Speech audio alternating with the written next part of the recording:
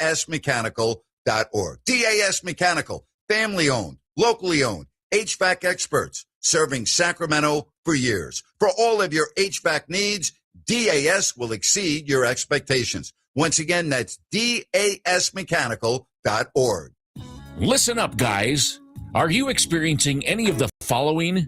Fatigue, less drive, poor performance? If so, you may be one of the nearly 30 million men in the U.S. today dealing with ED.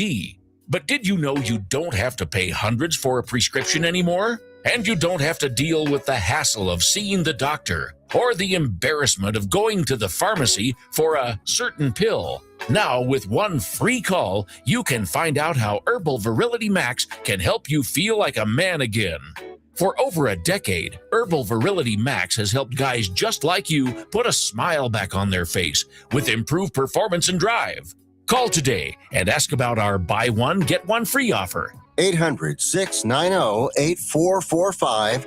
800-690-8445. 800-690-8445. That's 800-690-8445. You've been saying you're going to pay better attention to your home's honeydews. Check one off your list right now by calling Gabrud Services to schedule a 12-point inspection of your home's electrical system. The safe rule of thumb is every 5 years for an inspection. If it's been 5 years or more, call Gabrud's now. A qualified technician will provide a thorough inspection of the electrical system to ensure it's safe or alert you to potential problems. At Gabrud's, electrical work is all we do. We are the area's recognized experts for anything electrical, and our number one priority is ensuring your home and family are safe. You've been saying you'll pay better attention to your home. Stop saying it. Make the call to Gabrud's. Talk with a real person and schedule your 12-point inspection today. Gabrud's, locally owned for more than 30 years. G-U-B-R-U-D-S. Call the good dudes at Gabrud's. G-U-B-R-U-D-S. Gabrud's.com. Wouldn't it be great if life came with a remote control? You know, you could hit pause when you needed to, or hit rewind, like that time you knocked down that wasp's nest. Uh-oh. Or that time you forgot to roll up your windows in the car wash. Fantastic. Yeah, a remote control would have come in handy then. Well, life doesn't always give you time to change the outcome, but prediabetes does. With early diagnosis and a few healthy changes like managing your weight, getting active, stopping smoking, and eating healthier, you can stop prediabetes before it leads to type 2 diabetes. It's easy to learn your risk. Take the 1-minute test today at doihaveprediabetes.org. Life doesn't come with a remote control. Yikes! So you're on your own with the wasps. You have the power to take control of prediabetes. Visit doihaveprediabetes.org today. That's doihaveprediabetes.org. Brought to you by the Ad Council and its Prediabetes Awareness Partners. Tell your friends. Grant's back. Grant Napear is back on the Sacramento airwaves right here. KSAC 890 AM Olivehurst. K284CM 104.7 FM Sacramento. Hello! Hello, Sacramento. Sacktown! And welcome in. Grant Napear. How you been? You know this guy. It's your show. So happy to hear you on the airwaves. 2+ decades on the radio with you. Just the start of an incredible journey. Now he's back on Fox Sports 104.7 FM and 890 AM. 3 to 6 every day, Fox Sports Sacramento. The phone number? 916-779-0929. His name? Grant Napear.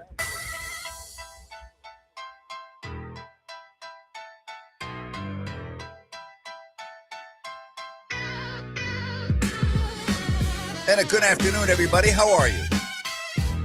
So happy to be with you. My thanks to Rhino yesterday for filling in. I got to be careful, man. That was a great show you did, Rhino. I may be losing my job here soon, so I got to make sure I don't take too many more days off. Great job, buddy. I was proud of you. We are rolling here with JT the Brick. A lot of news with the Raiders. He's going to come on at 4 o'clock. Sean Salisbury is coming your way at 5 o'clock. We always enjoy your phone calls. You know that.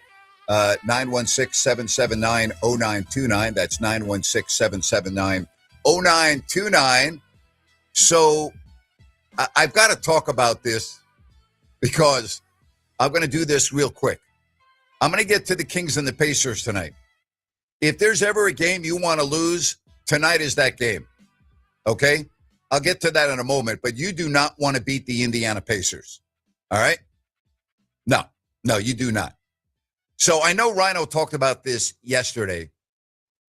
I have been blown away that the NBA did not step in and stop the promotion that is scheduled for March 16th in Atlanta, promoting a well-known strip club. They have, and that occurred yesterday. Adam Silver is a spineless, gutless NBA commissioner.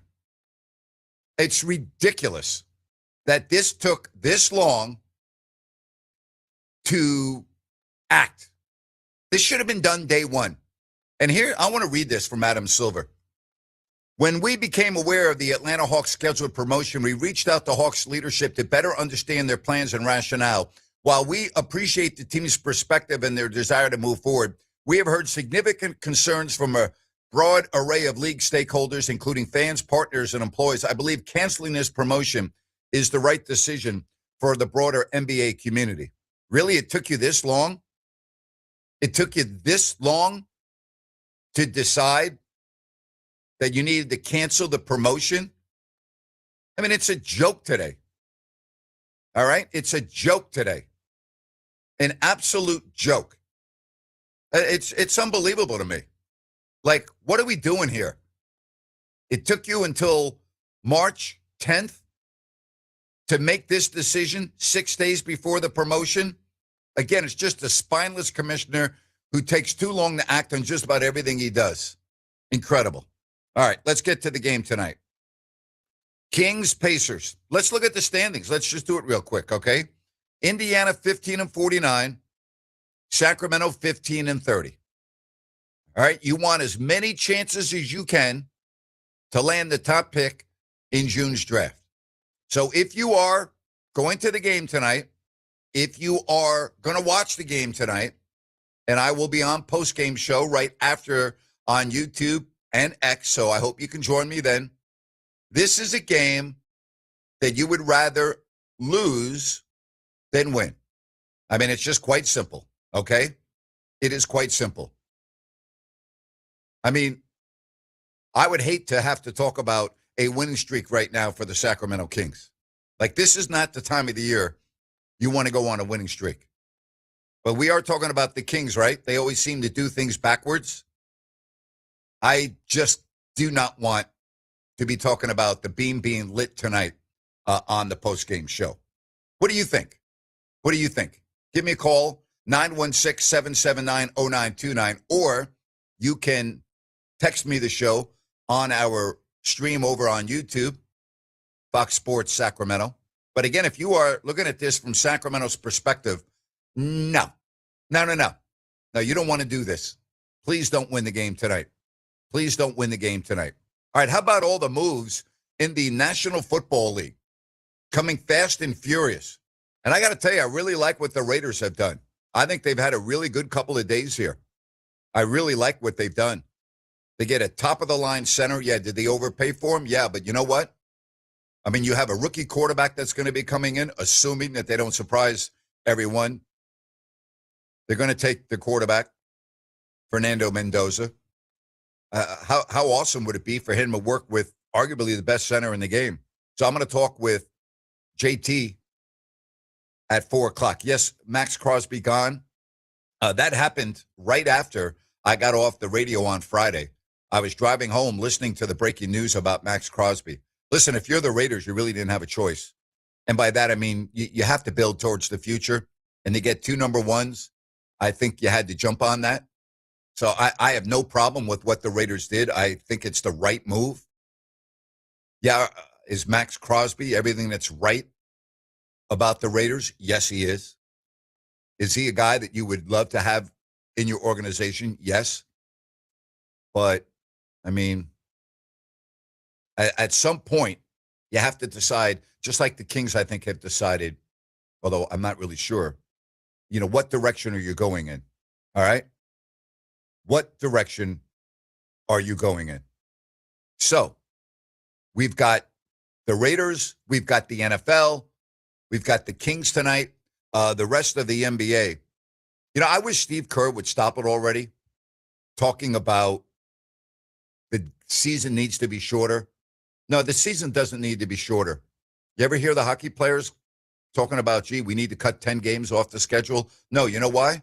Because they're much tougher. They're not prima donnas. That's why. Stop it. It's a joke. It really is. It's a joke. Let's get to Gus in Sacramento. Hi, Gus. Hello. Hello, Gus. You're on the radio. Yes. Hi. Hi. How are you doing? Okay, what's going on? No, I was just calling. I know you've been talking about the Sacramento Kings and all that, but what do you think about the Warriors?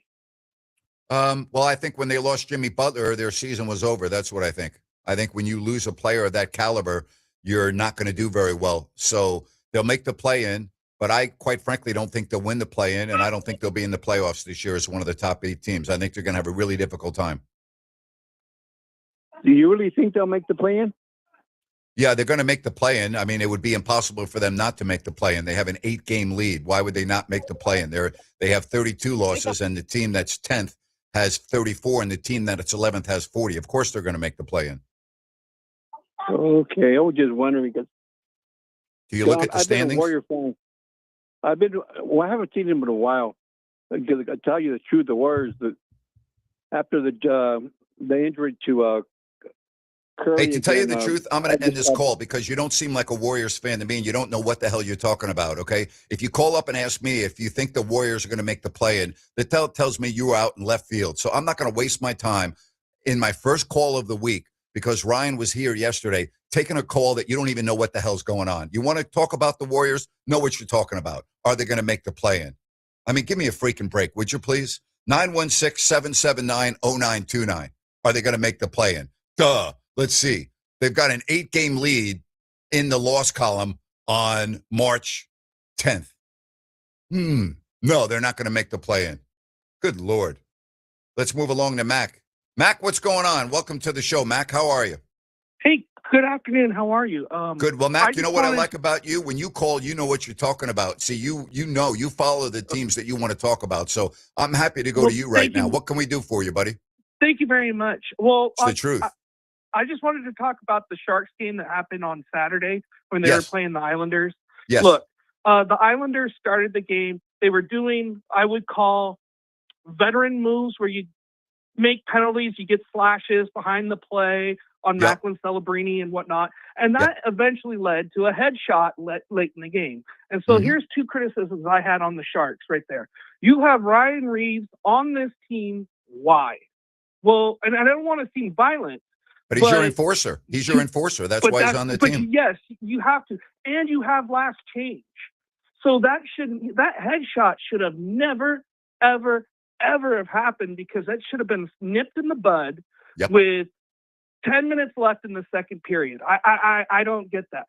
And then number 2, and this is why I'm really upset, and I think Tyler Toffoli has to go. Not that he's been a bad Shark or anything, but when that headshot happened, he was on the first line with 20-year-old Will Smith, who's undersized.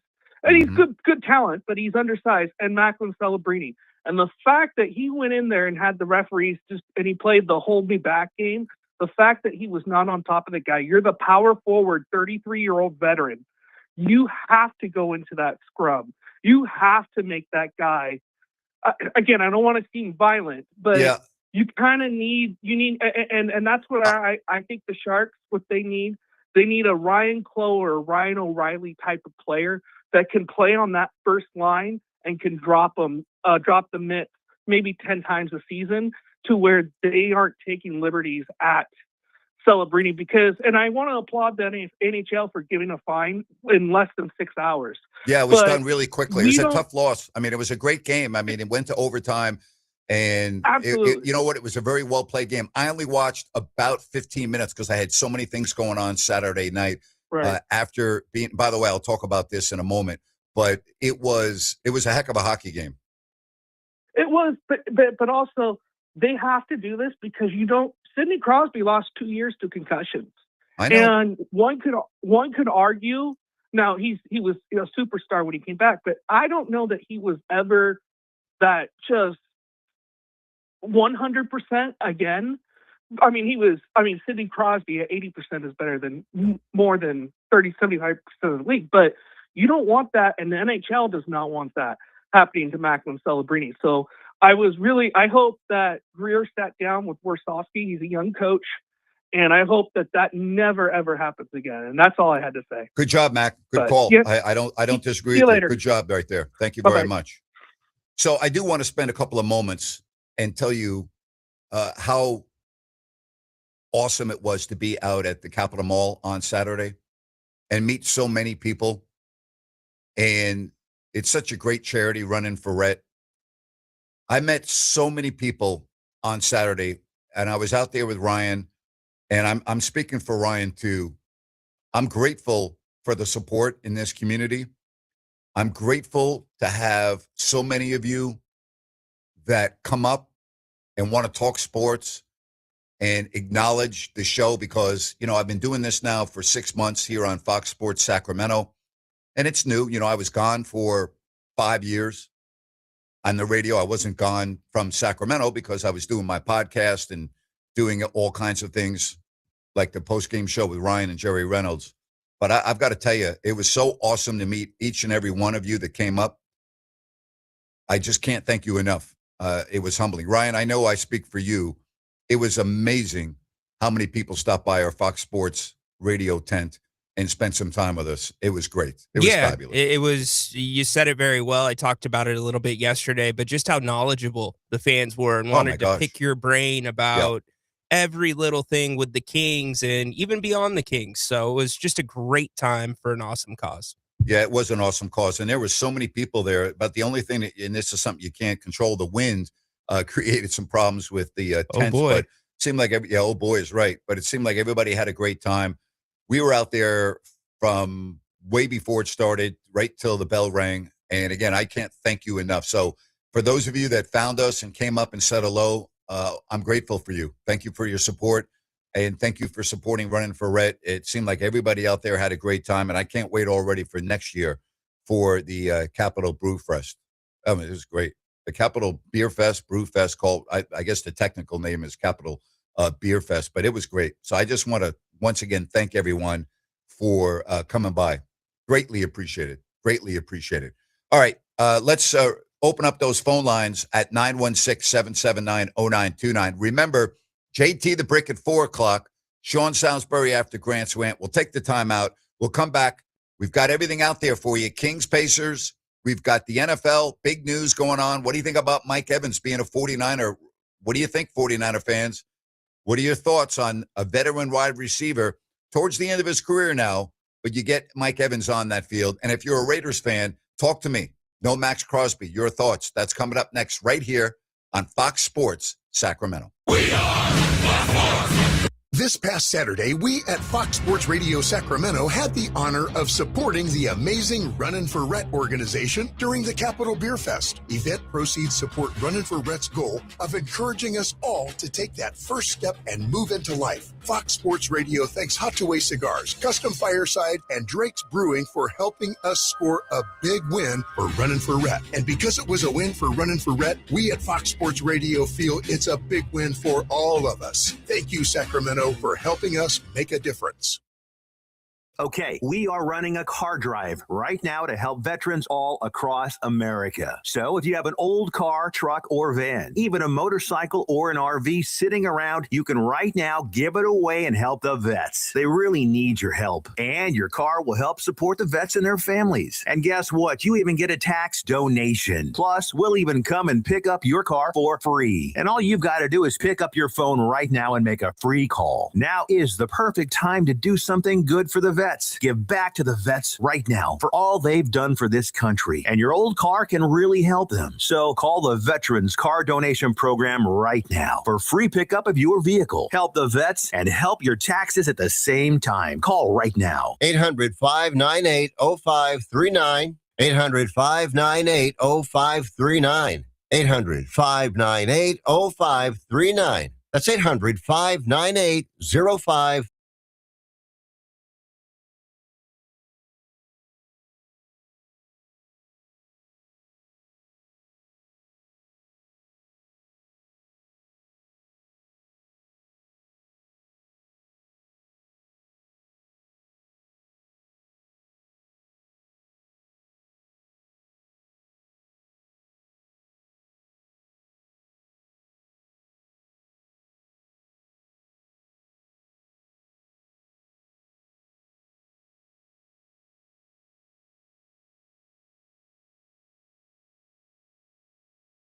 Winter is coming, and that means there is potential for storms and flooding in our county. Don't get caught off guard or left in the cold. Get urgent storm evacuation and shelter information immediately sent directly to your device. Sign up today at sacramento-alert.org. Again, that's sacramento-alert.org. It's free, quick, and easy to do, and can literally be a lifesaver. You served behind the desk. You served in combat. You did 4 years and got out. You were drafted. You gave 20 years. You gave exactly what your country needed. You are a veteran. You are a veteran. You are a veteran, and you deserve support. If you're struggling with life after service, don't wait. Reach out. Find resources at va.gov/reach. Brought to you by the United States Department of Veterans Affairs and the Ad Council.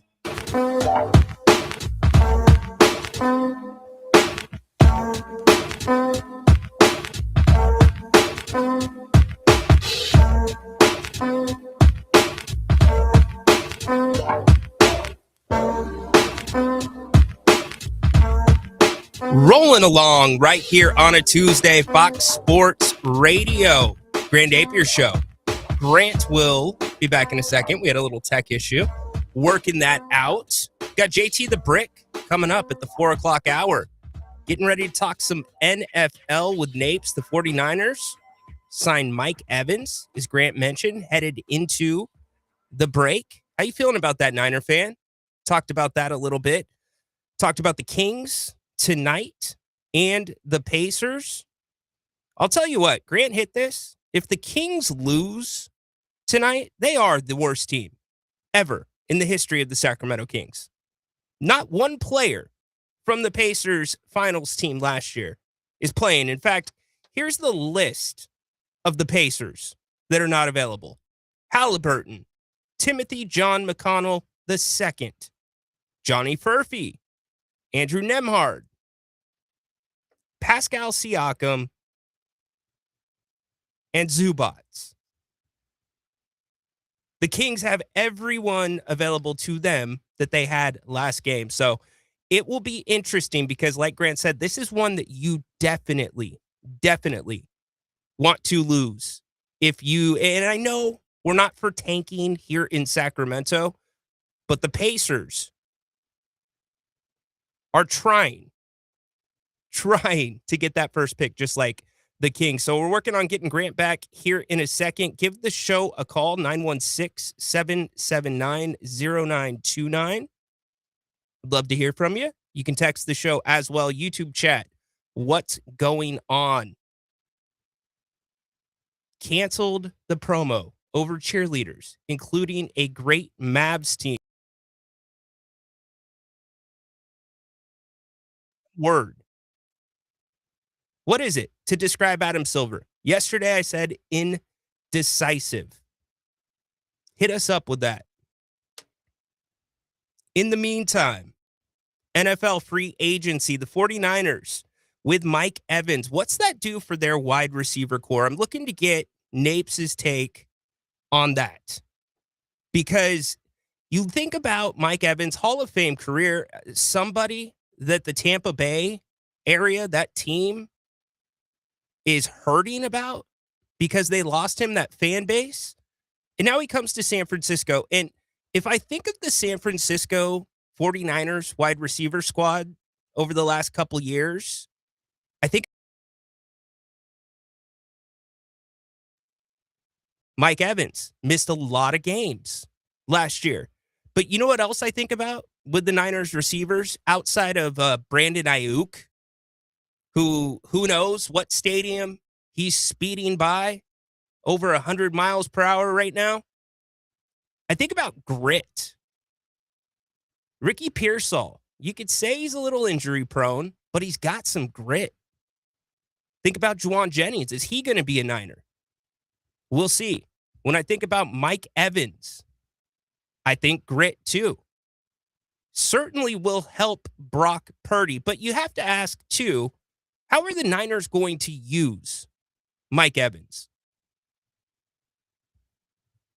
Kyle Shanahan has been known to use the receivers. Look at Deebo Samuel at times. Now, Mike Evans isn't that Deebo player, which, by the way, Deebo was in San Francisco.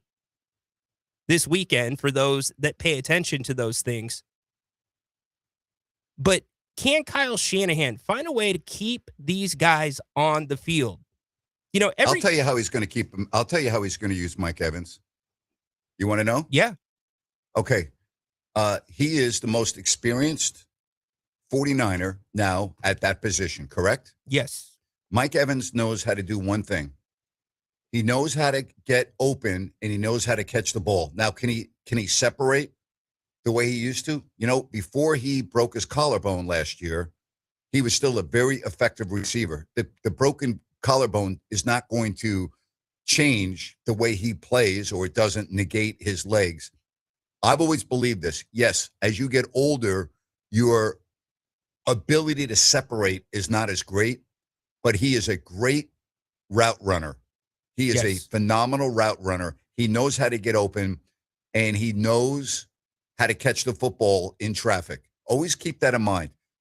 Think about all of the grabs that when you think of Mike Evans, Ryan, in traffic, right? He just has the knack of being able to catch the ball with other bodies around.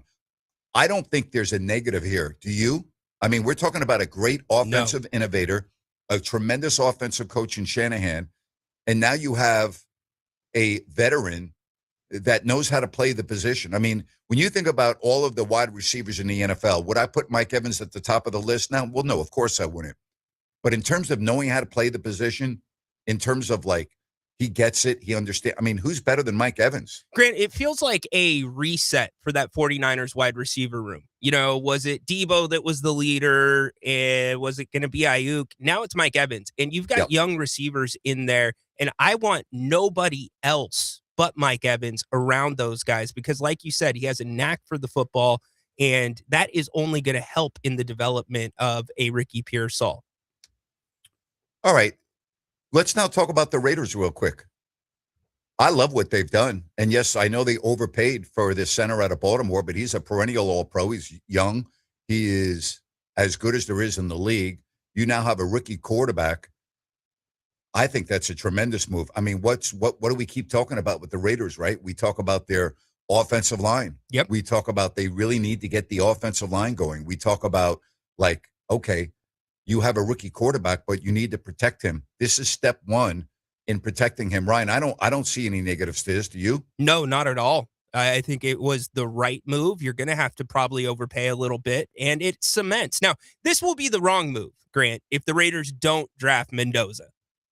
They're going to draft him. They have to draft him. There's no way they're not drafting him. It would be, I mean, as much as the Raiders are the Raiders, they have to draft him. There's no way you cannot draft him. 100% There's just no way. 100% with you. And yeah. And now you get Linderbaum. And I tell you, your anchor of your offensive line. Now, would I rather have the best left tackle in football? Yes, I would. But let's not underestimate a guy that calls out the blocking schemes. Right. That is regarded as good as there is at his position. That's very much in his prime.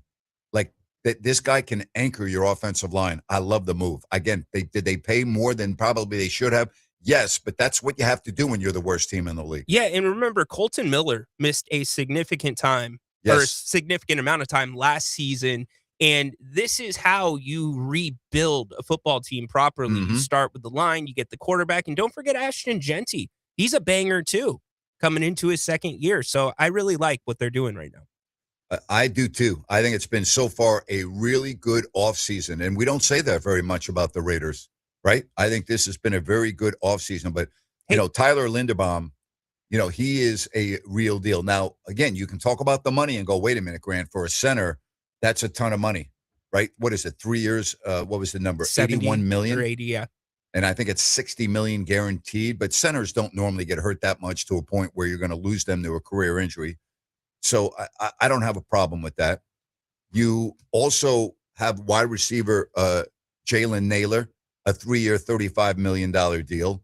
So, I mean, that's not bad. You get linebackers to solidify what's going on there with Walker and Dean, Nakobe Dean. You get help, right? You know, and Dean is a 3-year deal worth $36 million. Mm-hmm. So here's what the move of Max Crosby did. It gave you money to spend elsewhere, That's right. and you're going to get draft capital. Like if you're looking at this from a rebuild situation, like the Raiders are rebuilding their football team. I like what they're doing. Am I expecting them to be in the playoffs this year? No, but I like the steps they're taking. I think that for an organization that has been so bad for so long, this is the first sign of like, wow, okay, they know what they're doing type of moves. I like it. Yeah, you're going to hurt for a second because you lose Max, but at the same time, this is where it starts. You actually have a little bit of daylight. You can see the end of the tunnel now that you have the first and the 14th pick. You get Linderbaum. I think it's all good stuff. Now we see how they manage it. By the way, I'm reading the messages on our chat line here on our YouTube stream. Thank you to all of you that responded about coming out to the Beer Fest on Saturday. It's greatly appreciated. So thank you very much. We had a great time. All right, so, this is going to get crazy this week in the NFL. I mean, this is going to get really crazy as the new year officially begins tomorrow, and we're going to see a lot of movement. So this is just the first steps of NFL free agency, which I think is one of the most exciting times of the year because this is a time that you can really help your team. And the Raiders need a lot of help. They play in a very difficult division. So I haven't even posed this question. I'll ask you first, Ryan, and then I'll open up to our listeners at 916-779-0929. It appeared that when Travis Kelce walked off the field for the Chiefs after the last game, the feeling was that was it. If you saw all the cameras following him, you saw what it was like. But he's going to come back for one more year. Your thoughts? I don't have a problem with it. I don't either. I think it was posturing, waiting to see if there was going to be another team. And I think he wanted to see what the Chiefs were going to do. And I like what the Chiefs have done. They go out and get Kenneth Walker. Yeah. He doesn't want to come back and have another season like last season. You're going to get Mahomes back. They've been active as well so far in the non-tampering period of free agency. So I'm good with it, Grant.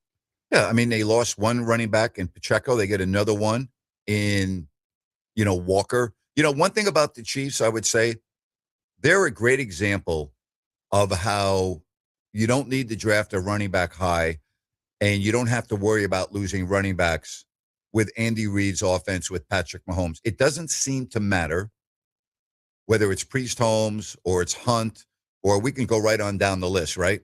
It doesn't seem to matter. Whoever is there always seems to have success. They've, generally speaking, had a very good offensive line. They have a great quarterback with a tremendous coach in Andy Reid, and it just seems like they fill that hole all the time. I think they do it better than any team in the NFL. Maybe it's scheme, maybe it's coaching, maybe it's off, call it whatever you want.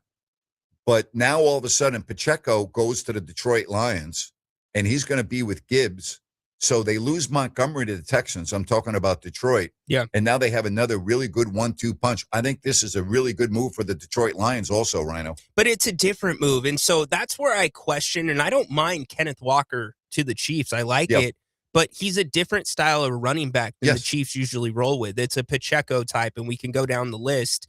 So it'll be funny to see how Andy Reid does that with Mahomes, because it would be good for them to be able to pound the ball once in a while and slow things down to open more things for Patrick Mahomes. But to your point with the Lions, they go away from that quick and that hammer scheme at running back, and now they're going double quicks. So you like that pairing?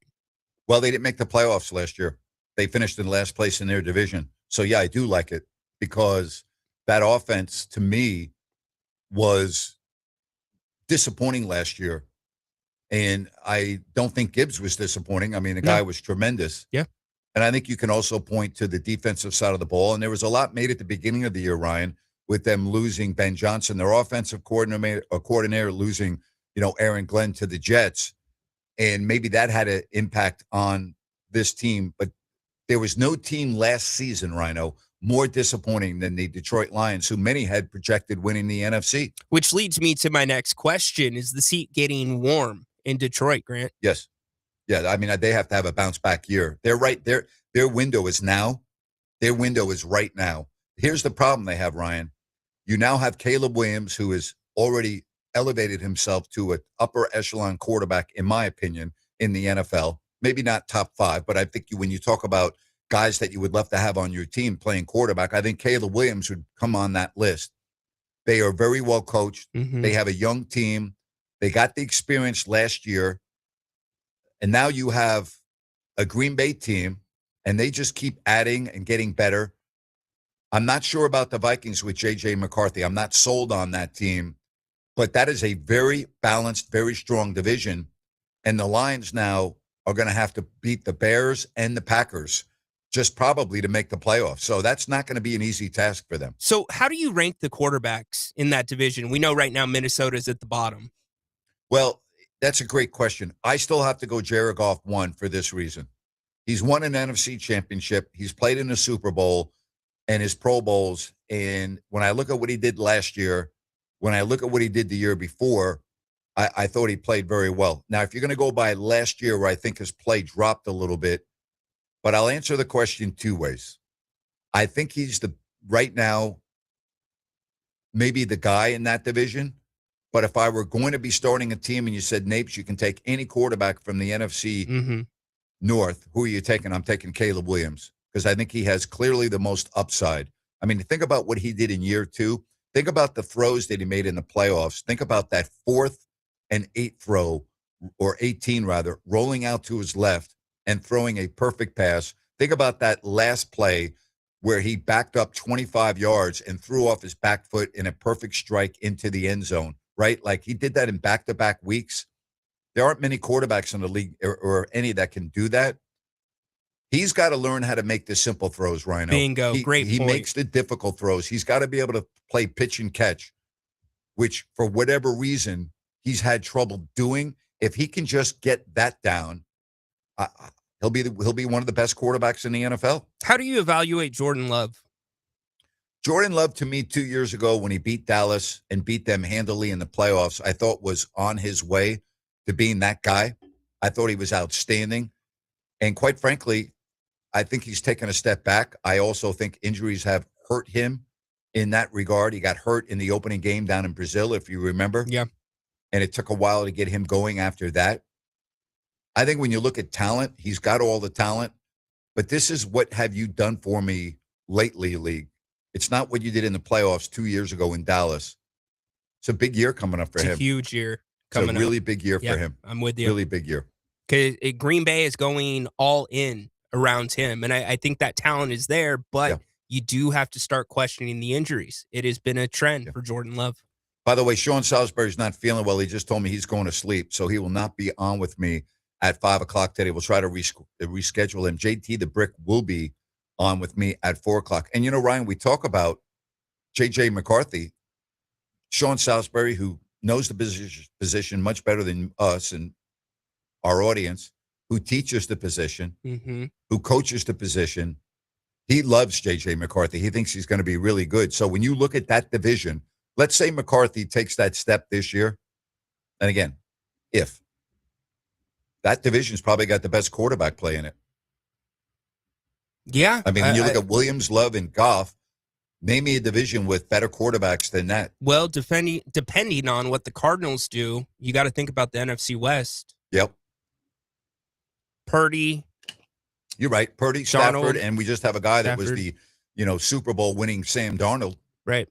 So you got to think about them. But no, I'm with you. I just don't, until further notice, I can't trust J.J. McCarthy and staying on I understand, the field. and you shouldn't. Nobody should. I'm with you. I get you loud and clear. Like that I understand. That might be the most important backup quarterback position in the league, hands down, in Minnesota. All right, we'll take a timeout. We'll open up those phone lines, 916-779-0929.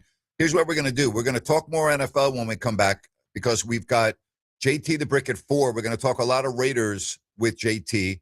So keep that in mind. And then after that, we'll get into the NBA with everything that's going on and the Kings game tonight and how you feel about it.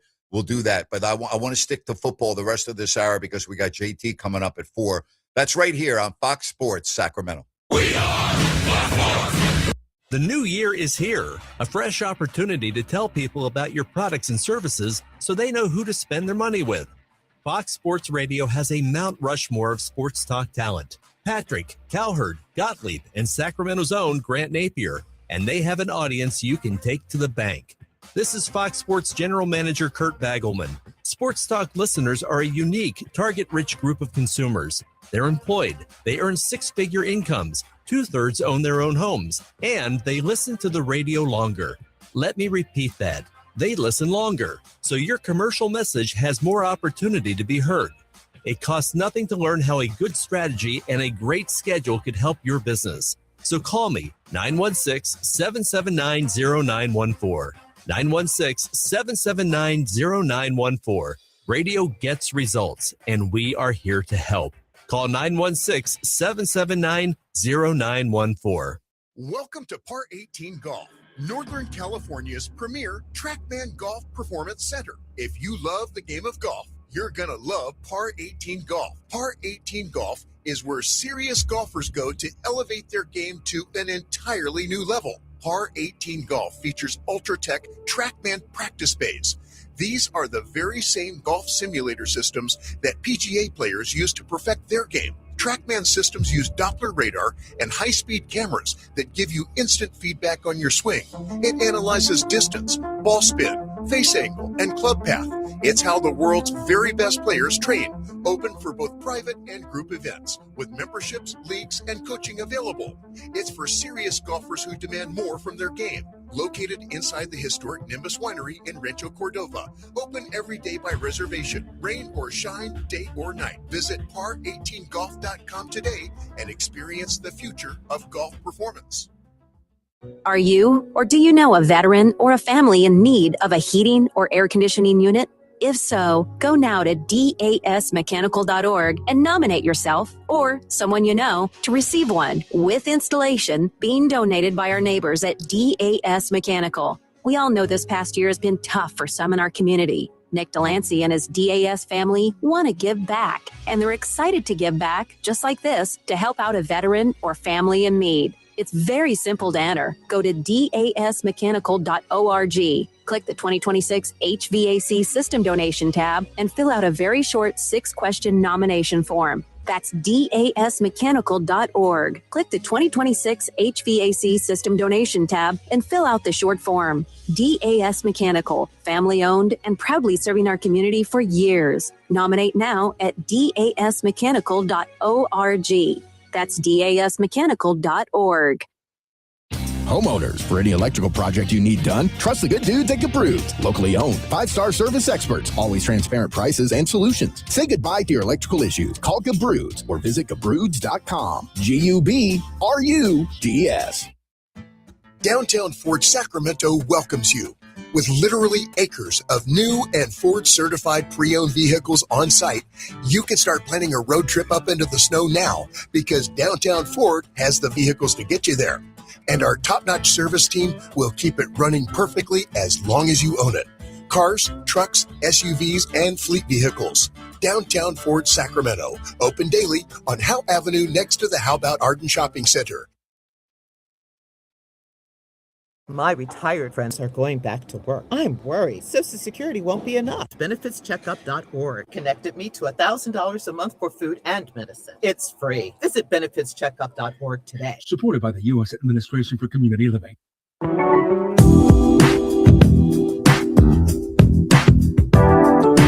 JT the Brick coming up in the next segment. Hope you are doing well. Appreciate all the messages on the chat line at 916-779-0929. Rig Woolen to the Eagles. Thoughts? Rhino's probably not very happy. They lose a Pro Bowl defensive back. I think he's good. Listen, he would have had a real tough offseason had they lost due to his 15-yard penalty. But the Eagles got better in the back end. It's already good. So I like it. I really do. It said from the 209, I'm a Niners fan, and I'm thrilled to get Mike Evans. They finally have a wide receiver, but it honestly doesn't solve what this team needs. They need O-line. Listen, you have to understand this. Tomorrow, free agency officially begins at 1 o'clock Pacific. We haven't had the draft yet.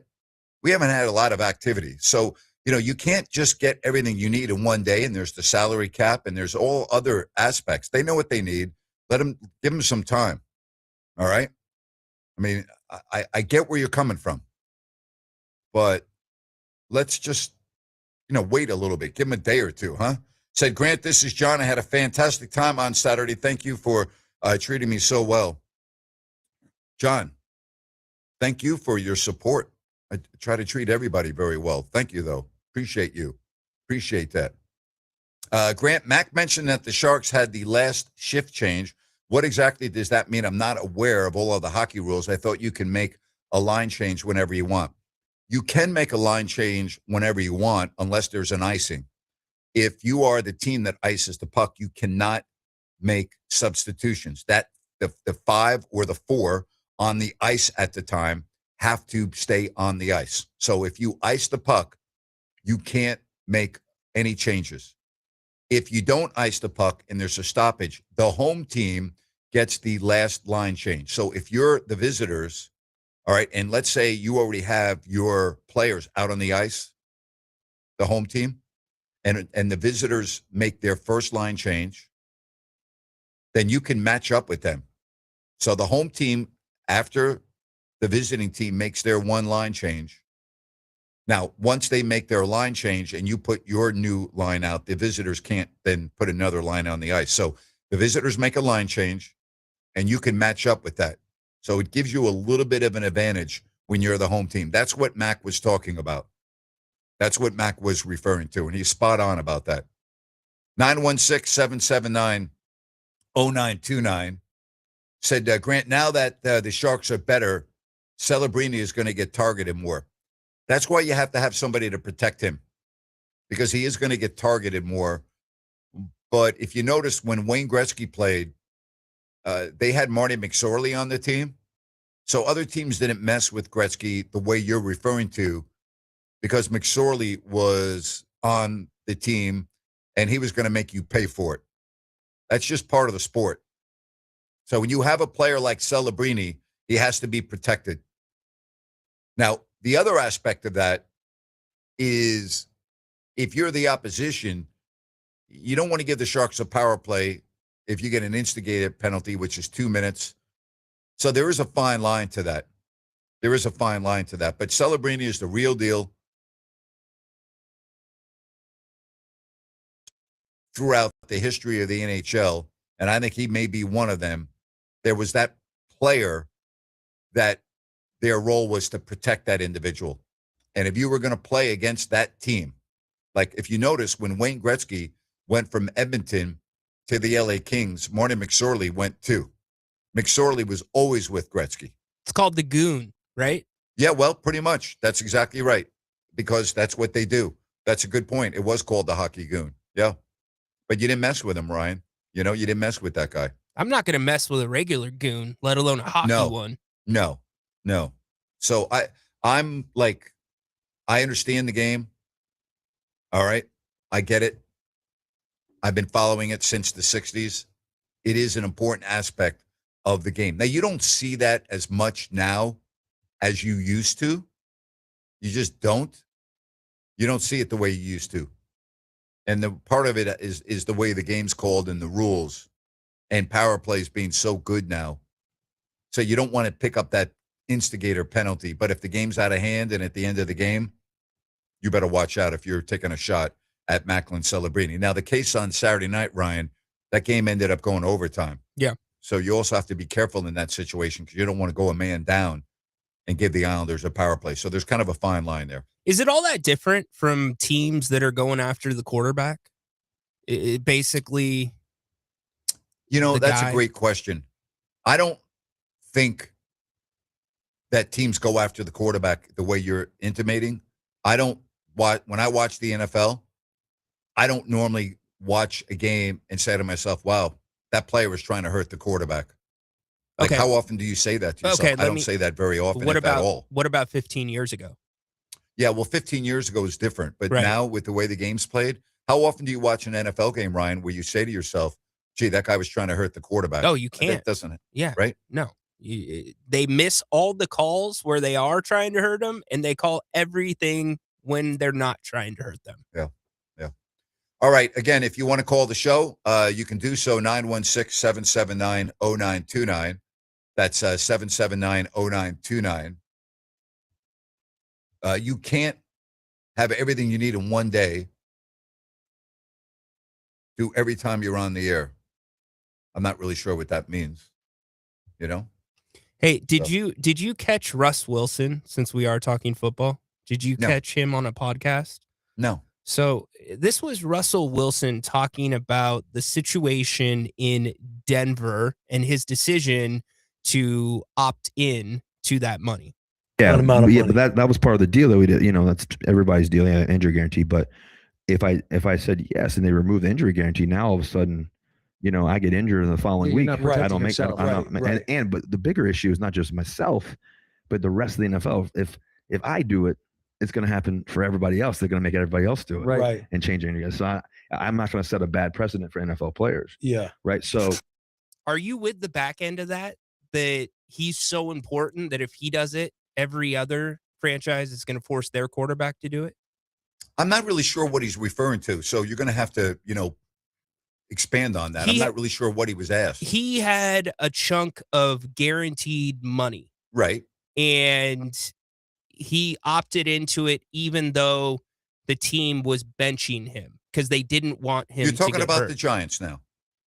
No, I'm talking about the Broncos. Oh, you're talking about the Broncos. Okay, that's why you confused me. So go ahead. Yeah, sorry if I didn't clarify that. He talked about the situation with him and Sean Payton. Okay. In the Broncos. So basically the back end of that was the second part was if he opts into it or he doesn't opt in, franchises are going to force their quarterbacks not to opt in. And I thought that was a little disingenuous on Russell's part. All right. As far as Russell Wilson, let's just get down to the nuts and bolts. There are two parts of this, I believe, and correct me if I'm wrong. He's got a contract. He's entitled to what he agreed to, opting in, opting out, guarantee, whatever, right? He's entitled to that. That's what they agreed to. There was clearly bad blood between Sean Payton and Russell Wilson, correct? Yes. All right. He doesn't owe anything to the Denver Broncos, if that's what we're referring to. And as far as like how he handled himself, I don't know. I know you have turned on Russell a little bit from his days in Seattle. Would that be fair to say? Yes, absolutely. Okay. Different person.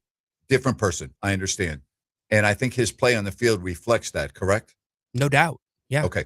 So he really hasn't played the quality of football with Denver, with Pittsburgh, with the Giants that he had that he did in Seattle, correct? No. It's been a completely different brand. Right. So it has been so different that there are those that think he now is not a Hall of Famer. And I've said, well, I don't think that what happens towards the end of your career should dictate whether you're in the Hall of Fame or not. If people thought you were a Hall of Famer before you made those moves. So we'll talk about that. I want to talk about you. You have been on fire with your prize picks, dude. I'm blown away at how good you've done with the prize picks. So why don't you tell everybody what it's all about? And like what I would recommend is they follow you. I don't want to put pressure on you, but you've been unbelievable with this. Yeah, I appreciate it. It's been a lot of fun since partnering with Prize Picks, America's #1 daily app for sports picks. Super simple. Choose 2 to 6 players and more or less on their stat projections. That's it. If they hit your number, you win. And it has been so much fun. We have been doing really, really well. So join me on there. You can join my community. You can join other communities on Prize Picks by downloading the Prize Picks app and use the code RYNO, RYNO 50 to get $50 in free play after your first $5 play. Doesn't have to be one sport. You can do basketball, football, anything. They have so much stuff on there. Go check them out. Download the app, Prize Picks. Use the promo code RYNO50 to get $50 in free play after your first $5 play. And Grant, here are the Prize Picks for tonight. One cool thing about them is they do promotions. Today's Taco Tuesday. So they are going to discount Cooper Flag, and I'm going to take that. So Cooper Flag, more than 14.5 points. Going Davion Mitchell, more than half of a three-pointer made. So he's only got to make 1 3-pointer. I'm going Malik Monk, more than 1.5 3-pointers made. And I'm going Malik Monk, more than 2.5 assists. So go download the Prize Picks app if you want to choose that lineup. Let's do it. Use the Rhino50 code, RYNO50. Prize Picks. It's good to be right. Well, you have been right. It is good to be right. And you have been right since you started promoting Prize Picks. You've been unbelievable. I'm literally like, no, really. Like sometimes when you send me the screenshot of your picks at the end of the night, I have to look to see whether it's real or not. Like I'm like, wow. Maybe it's not real. No, it is. But no, yeah, I'm telling you should be. Listen, I don't want to put the whammy on you and have you now go down the hill. But so far, since you started doing this, I mean, be honest. Have you even had a losing night? Just one. Just one. Yes. Out of how many? 6? Yeah. 7 actually. 7 nights, and it was a 6-way stack. That's right. We hit 5 of 6. That's right. You hit 5. Which one did you lose on? Was it Durant? It was Durant. Yeah, he didn't make a 3 that game. Correct. Yeah, he did not. See, make what a memory I have. You got a great memory. Yeah. Well, when it comes to money, those things, stick with me. It's just a lot of fun. And they also do bonuses. They group you with people that are amongst your level of playing. So you could have a certain multiplier for your picks that's 2.5. But if you have the most accurate picks of the night, you can get up to 25 times your entry fee. So it's really cool. Love Prize JT Picks. the Brick coming up in a couple of moments. And he certainly is all in on what's going on with the Raiders. I'm going to pick his brain and get his thoughts on what he likes so far and what he thinks will happen in the coming days as it pertains to the Raiders and NFL free agency. So I think it's been a good start for them. Again, the new year starts tomorrow at 1:00 Pacific, which means that is going to be a crazy day tomorrow. And we're also going to talk about the Kings and the Pacers tonight, the 2 worst teams in the NBA, going head-to-head tonight at the G1C. So go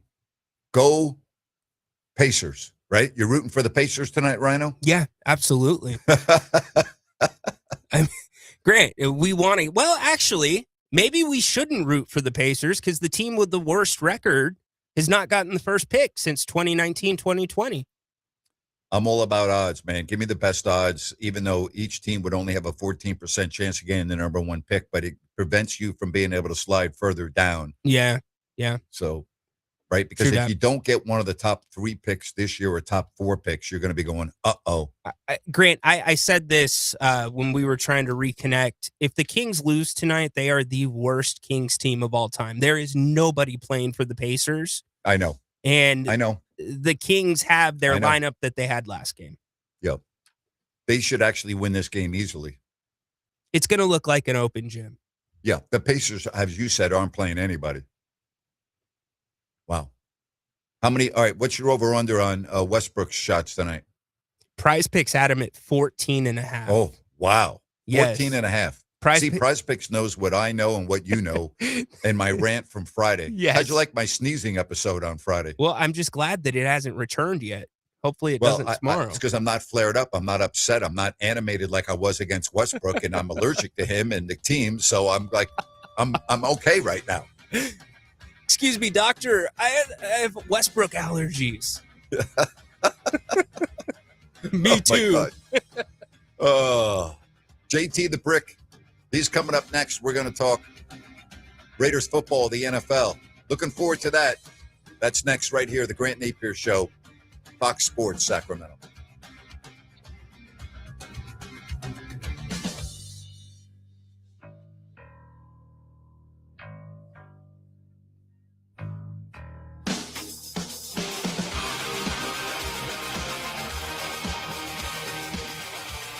Are you SAC Alert? Have you signed up to receive emergency alerts via phone, text, email, or app? Well, what are you waiting for? Winter is coming, and that means there is potential for storms and flooding in our county. Don't get caught off guard or left in the cold. Get urgent storm evacuation and shelter information immediately sent directly to your device. Sign up today at sacramento-alert.org. Again, that's sacramento-alert.org.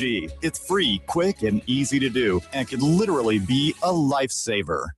At Sierra Pacific Home and Comfort, just as our name says, we're in the business of home comfort. So if the heater goes out and the house is suddenly uncomfortable, we got your back.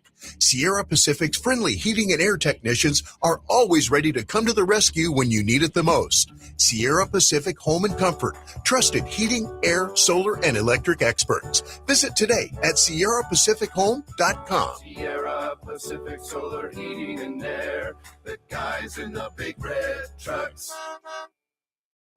Listen up, guys. Are you experiencing any of the following? Fatigue, less drive, poor performance? If so, you may be one of the nearly 30 million men in the U.S. today dealing with ED. But did you know you don't have to pay hundreds for a prescription anymore? And you don't have to deal with the hassle of seeing the doctor or the embarrassment of going to the pharmacy for a certain pill. Now, with one free call, you can find out how Herbal Virility Max can help you feel like a man again. For over a decade, Herbal Virility Max has helped guys just like you put a smile back on their face with improved performance and drive. Call today and ask about our buy one, get one free offer. 800-690-8445.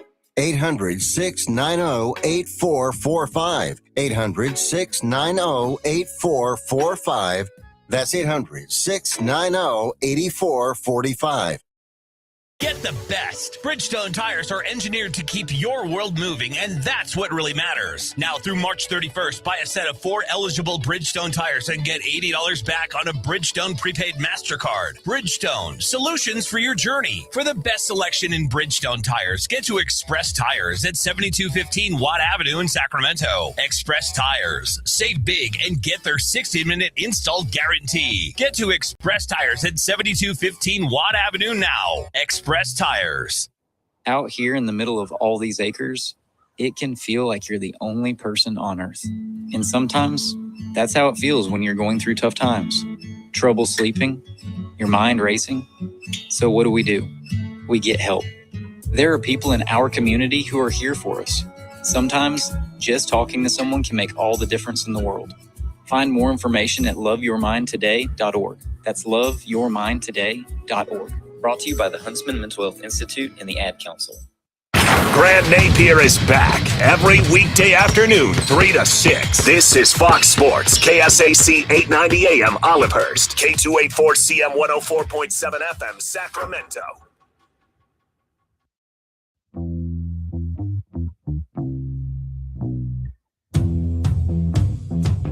Free agency in the NFL doesn't officially begin tomorrow, but the Raiders have been very busy. JT the Brick, one of my favorites. We go back a long way. You can listen to him on Raider Nation Radio. He's got his podcast as well that he does with Looney. It's JT and the Looney podcast. He's on Mad Dog Radio. He stays busy, and he is so nice to join us right now. JT, long time no speak, buddy. How are you? Grant, I'm thrilled for you, man. Congrats on everything. Great to talk to you. Let's do it a lot more. Yeah, let's do it a lot more. All right, let's start with Max Crosby. Give me your thoughts. This was a gut punch to me. This is one of the players going on my 29th year with the team this year. Probably I had the closest relationship to as a player, not an alumni. And you and I go back to our years with the Raiders. He was just the perfect Raider. Just a shame he didn't win a playoff game. He only went to the playoffs once. Same thing with Derek Carr.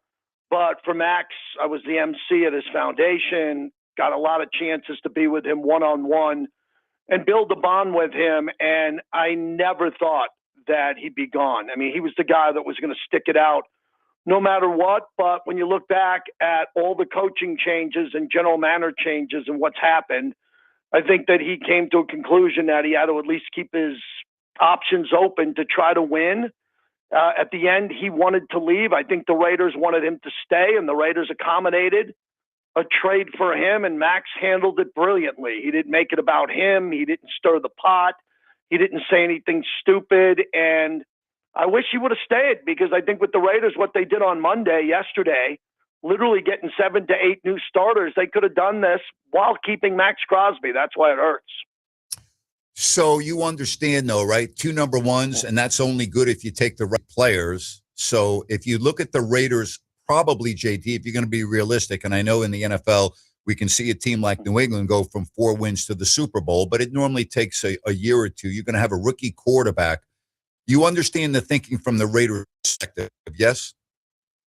Oh, yeah, 100%. I mean, they got what was fair compensation. I mean, they were never going to move him ever without two number ones. So if they didn't get two number ones, Grant, they were pulling out. This wasn't going to be a one and a number two and then maybe a player. So I think it was pretty Captain Obvious stuff that they needed to get two number ones. Why I think it was so fortunate for them is the Baltimore Ravens normally aren't picking around 14. You would think if you're going to get the Ravens number one, it would be 21, 22. I mean, the Jets weren't going to trade with them, and the Titans and other teams that had high draft picks. He didn't want to go to a team like the Cardinals or that. So this was kind of interesting, and I thought Spytek pounced and waited as long as he could between the Cowboys, the Bears, maybe the Eagles, and then the Ravens, who put together a nice package. But let me throw this back at you. What do you think that first-round pick's going to be from the Ravens next year? I don't think it's going to be in the top 20, but I do think that they're a team in flux right now. We don't know with John Harbaugh being gone. I still look at their roster. Is Lamar Jackson going to be healthy? Obviously, different running back situation now. I just look at that roster. With Max Crosby defensively, they're going to be a lot better, and that was their weakness last year, JT. Their defense was nowhere near what we think of when we think about the Ravens. They play in a balanced division. I don't think it's going to be a top 20 pick. I'll just tell you right now, I don't. Yeah, I think the Ravens, this is their chance. You bring in Max Crosby. Yes. And they're a franchise. They're a franchise that just doesn't trade picks, let alone ones, and do that. First time they've ever done it. So they're all in with Lamar Jackson. Lamar, knowing the Baltimore market and knowing some people in that organization, I talked to Rod Woodson about it last night. He's their radio analyst. I mean, this is it. It's very similar to Buffalo. Yep. Buffalo's Super Bowl window is right now, and it's not getting bigger. It's getting smaller. And with Baltimore losing Isaiah Likely and losing Linderbaum to the Raiders, I mean, with Max, they're better on defense at edge. But overall, I don't think their team got a lot better. Before we talk about Linderbaum and some of the other moves, you've been with the Raiders for decades, and you understand the legacy probably better than anybody. And the thing that hurts Crosby is the fact that when he was there, they didn't have playoffs. So you don't have that to judge him by. Where does he go on your list of greats that have played for the Raiders? That's a great question. It's very difficult to put him in the conversation that you would put with Ted Hendricks and Fred Biletnikoff and Cliff Branch and the ones who have won 2 and the few that won 3 Super Bowls. What about Howie Long?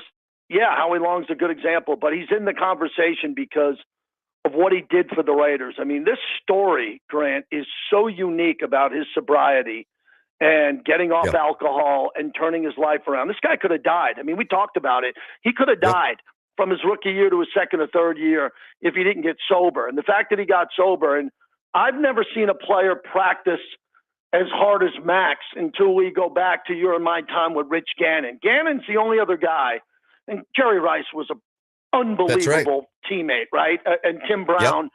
But Gannon was just different. When Gannon came to the Raiders before his MVP career year started, he sat down with Gruden and said, "This isn't going to work unless we clean out the locker room. We got to take this up a bunch." And they did. And Gannon was the catalyst with Gruden to do that. Imagine Max doing that every year. And Max did it with Pete Carroll and Antonio Pierce and Josh McDaniels and Rich Bisaccia and John Gruden. And he bought in. And there's a lot of people say first in the building, last to leave. No, he is the first in the building, last to leave. He'll do that in Baltimore. So I saw a side of Max Crosby's dedication to the silver and black that I've rarely seen. And I've had access to a lot of these alumni like you have. He's just different. So the story will be told. I hope it ends very similar to the way it ended with Charles Woodson, where Woodson left. Woodson got a Super Bowl, and I'm not saying the Ravens are going to, but then Woodson came back and had something left in the tank. He did. And Woodson played a year or two for the Raiders and went out on his own terms. I'm hoping that happens to Max Crosby. I sense it will, but it's not going to be for another 4 or 5 seasons at best, and we don't know what he's going to look like then. But to answer your question, he is one of the greatest leaders and practice players and game wreckers I've ever seen. If he played with the Raiders in the 70s and the 80s, he would have fit in, and it would have been one of their best players. JT the Brick, our guest here on Fox Sports Sacramento. Let's talk about Tyler Linderbaum. I mean, the guy's top shelf. There's no doubt about that. There's no debate. He's arguably the best in the league at his position. And if he's not, he's in the conversation. Yes, they're paying a lot, but you also know what you're getting. I love this move. Yeah, they clearly had to pay more for him than what he was probably worth, but that's okay. And it's on a 3-year deal, which sends a message to me, Grant. I'll tell you this. The 3-year deal to me means he's going to be a free agent again in his 20s. And the Raiders got to turn this thing around. The big topic on my show has been rebuild or reload. I hate the term rebuild. You've had to deal with it with the Sacramento Kings. We've dealt with it with the Oakland, Sacramento A's, and we've dealt with it a lot with the Raiders. In the NFL, you don't have to rebuild. You have to reload quickly. How would it be to go to Brock Bowers 2 years from now and say, hey, Brock, your deal's up. We could franchise tag you, but you probably want out of here because we haven't won. Raiders can't afford to do a 2-3 year plan as much as they're telling you they're going to do it. What they did on Monday was they secured 7 starters, maybe 8, before they bring in Mendoza, which is 9. The 14th pick is 10. And then you start looking at maybe another draft pick or 2 that becomes a starter. They can flip this thing really quickly, not to instantly go on a playoff run, but to instantly go from 3-4 wins to go to 8 or 9 and then get to the place where they're with Mendoza on a rookie contract, where they're going back to the playoffs. Mark Davis's vision has always been, let's get the franchise to the playoffs and not leave the playoffs. Let's do what Baltimore and Kansas City and the Packers have done over the last 10, 20 years. Let's get to the playoffs every year. And I think with Mendoza and Linderbaum and Genty and Bowers, they have the core to start doing that, but they're going to need a big draft. All right, so let's talk about Nakobe Dean. Let's talk about Quay Walker. Let's talk about Malcolm Kuntz, and we can, Kwity Paye. So you started off by, you think the Raiders have already got 7 new starters. Those 4 that I just mentioned, who do you like the best out of the 4 that I just mentioned? Yeah, what I think the linebackers out of Georgia were, to me, the most biggest surprise. I mean, I normally don't get surprised, but yesterday was a surprise because I didn't think Kwity Paye was coming. I didn't think Quay Walker was coming. I knew Linderbaum was probably coming in Stokes.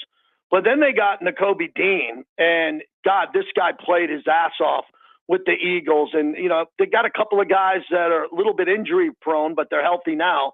That's why they did the deal. But my big takeaway, Grant, was they got 2 starting linebackers on a franchise that has been, God, awful at linebacker. Even Devin White, who played well and had a lot of tackles for the Raiders, couldn't cover much. So I think they filled 2 holes that I didn't think they were even going to touch until the draft and maybe next year in free agency. So I like what they did at the linebacker position because, man, they only need to get out of the draft with 1 linebacker, and you can do that. You can get a 3rd or 4th round linebacker. And now the Raiders have a little bit of depth. Their offensive line, which wasn't very good. Some of the starters from last year will move to backups, and they'll be really good backups and swing players. And then they're going to start Eric Stokes, most likely Darian Porter, but I'd like to see another veteran, Jeremy Chin on the back end with Isaiah Palomal. They're not great. They're not bad. If there's an opportunity to upgrade, maybe they will. But they got to replace Crosby. And Malcolm Kuntz last year wasn't right. He came off a really big, devastating knee injury. And for them to give him a 1-year deal at $11 million, another prove-it contract, Grant, after they gave him a prove-it contract last year, and I didn't think he proved much, shows that they didn't want him to leave the building because they couldn't afford to lose Max Crosby and Malcolm Kuntz.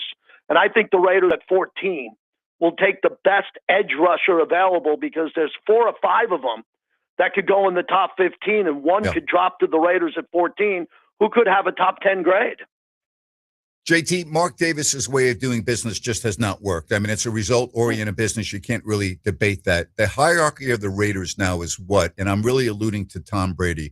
Can you talk about the impact and having him on board, what that means? And are we finally looking at the silver and black moving into a different era, and maybe an era of like playoff football, which has evaded this team for the last couple of decades?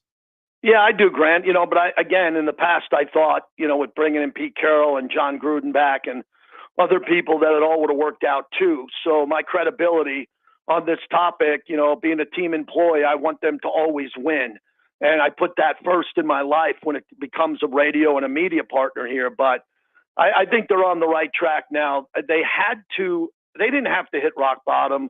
I don't like using that term because I didn't play in the league, and I live in Sacramento. I'm very familiar. Hey, I live in Sacramento. Yeah. I'm very familiar with rock bottom because the Sacramento Kings play here. So I'm well versed on that term, buddy.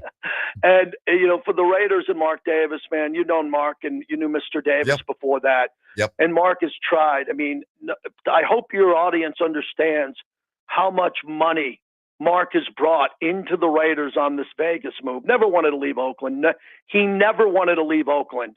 That wasn't the plan. It was to get it right in Oakland. And then he comes to Vegas as a necessity.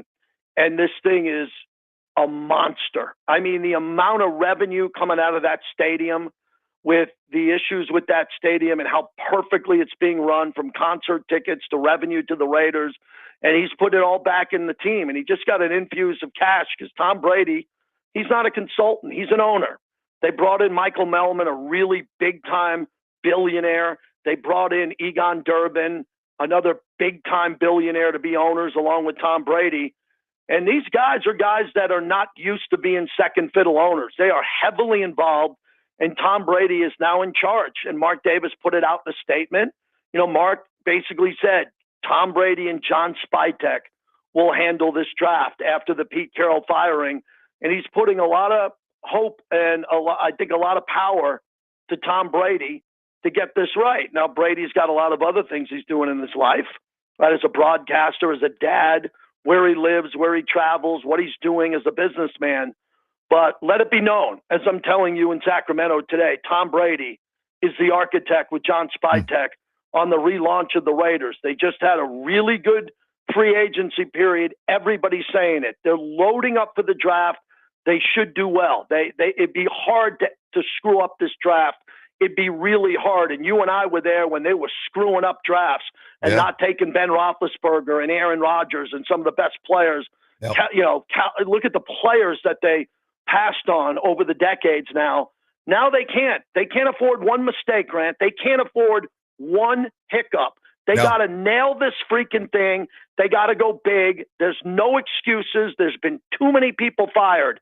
I don't even know the names of the people in the building anymore. I just walk by and wave and keep my head down. And now this new group, I have confidence that they're getting it right.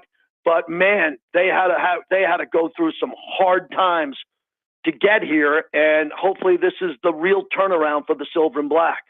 All right, I've got to ask you, you live in Vegas, and so you know this better than me, but you just talked a lot about moving to Vegas, the stadium, the money, but it's not a home field for the Raiders. And so my question is that because of the fact that they've been a losing team? Because I look at what's going on with the Golden Knights, that is home ice. I mean, if you go to a Knights game, it's 95%, or more, home fans, but that's not the case with Vegas. Is that just the animal that comes with playing in Vegas, that your road teams and the fans are going to make a weekend? Hey, let's go to Vegas. We don't mind paying the cost on the secondary market. Or do you believe that could change if you put a winning product on the field?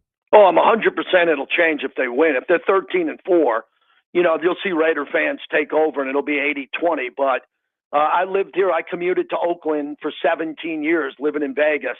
And I was on those flights every weekend, coming back to Vegas from Oakland and seeing Oakland fans travel. And it's the perfect storm here that everybody wants to see their team play. Now, remember, in the 6 seasons and the 7 seasons now that every team pretty much is now played in Vegas.